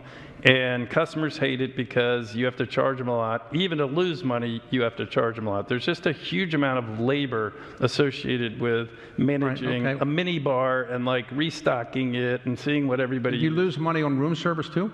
We lose money on room service too, most places. Really? Wow. So it's a service you provide at a high-end hotel because there's an expectation and the customer wants it, so it gets built into the rate. But in and of itself, we don't make money. And what percentage of people come in and they're not happy and they say, don't you know who I am? We really don't make money in restaurants and hotels. You don't make money in restaurants? We make money in catering, but we don't, the outlets like a typical restaurant. We really don't, it's very low margin business. Again, it's an amenity you need to have. What percentage of people say, I'm not happy and don't you know who I am? Does that ever happen? I don't know the answer to that. I don't know. Okay. Have you ever said that? I never complain. No. I just take it what it is. But I'm going to stay in your hotel, so there's nothing to complain about, right? So if I want to really spend a lot of money and I don't care about the cost, what is the best hotel experience that you can give me? I'll set you up. We have at the Waldorf Astoria in the Maldives, we have a private island. I think it's $150,000 a night. But you will get accommodation. You can take your whole family, a private island, fully staffed, as a staff of 30. You can sleep probably 30 people. Wedding, you can do a wedding, whatever you'd like. I'll give you a discount. Okay. We'll do it for $100. Now, you have built the most expensive hotel in the United States was somebody paid $2 billion for a hotel in New York City, a Chinese group, and you're managing it for 100 years. It's called the Waldorf Astoria, now open. Beautiful. If you haven't, those that are in New York, stop by and see it. The Waldorf Astoria is obviously an iconic hotel, sort of invented luxury hotels, in the world 100 years ago. And then over many, many years of lack of investment went into disrepair. We sold it, you're right, for the largest price ever, any hotel ever captured, $2 billion to a Chinese company. That Chinese company failed, was taken over by the Chinese government, and they have fully renovated it, and if you haven't been in it, I promise you won't be disappointed. It is extraordinary. They have invested a lot of blood, sweat, tears, and capital. Now, of all the hotels you manage, how many do you actually own? Zero. Zero. You just manage them? We manage or franchise. Franchise. License. And what's more profitable for a company like yours, manage it or franchise it? Franchising. It's just franchising's, a trickier business. There are more risks associated with the business because you don't have control, but the margins are higher. Now, are you finding that people from certain countries, Europe or Canada, are not coming to the United States right now for whatever reason, or that's not a big problem? That's definitely. I mean, if you look at, like last year was a tough year for business in the U.S. on a same-store basis. You had a lot going on. You had, Liberation Day. You had the government shutdown, which is definitely not good for business. You had, the government, the DOGE efforts, which cut huge amounts of government travel. And then, on top of all that, you had inbound international that was down pretty materially, most materially from Canada. I mean, Mexico in the beginning, but that recovered. But Canada still has not recovered. Double digit. With declines. the 250th anniversary this year, maybe a lot of people will visit the United States, or people in the United States will visit other cities, and you have the World Cup. You're expecting this to be a good year for hotels?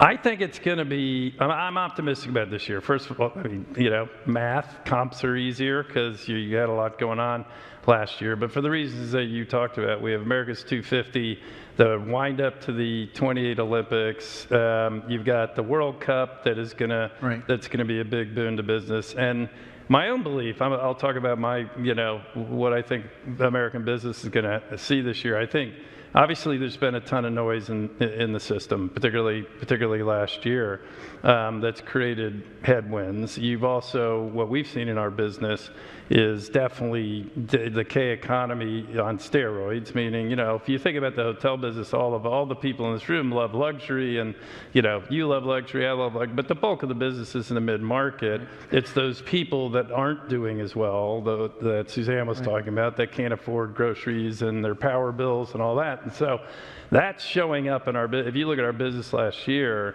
definitely the high end was up, 6 or 7, and everything else was down a little bit because, the mid-market is really suffering. I'm pretty optimistic. I'm an optimistic sort, but I'm pretty optimistic about this year. And so the question, I'll ask the question for you, David. Why, Chris, would you be so optimistic about this year? You seem, are you going to let me go? Good. Okay. And I would say, number one, we have all these events going on in our business. That's good. But if I lift up way up above, the noise and look at the macro, inflation is continuing to come down. Rates, you can argue about how fast whatever rates are coming down. You're in probably one of the biggest deregulatory environments that we've seen in a long time. Tax policy is fixed and favorable for a few years. You're in the wind up to what I think will be one of the great productivity booms driven by AI, just like the internet. Now, is there underbelly, soft underbelly, of course, but there is always with innovation. But I think, productivity it creates an engine of growth.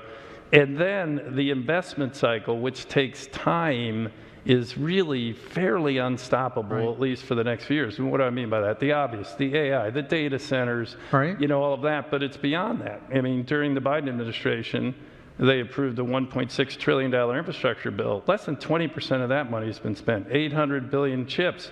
Less than 10% of that money has been deployed. So if you put the whole AI thing along with core infrastructure, along with chips, and you look at an environment with lower rates, productivity boom, lower regulatory environment, tax-friendly, I intellectually have a hard time.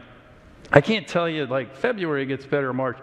I think this year is going to be better than last year. I think next year is going to be better than this year, simply because I don't think these forces are stoppable very easily. They eventually will, When change. people pick hotels, what's the most important factor, location or price?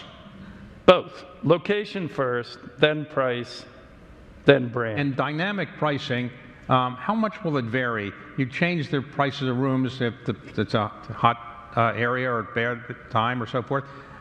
It Does that changes change every minute of every day. Every day you change it.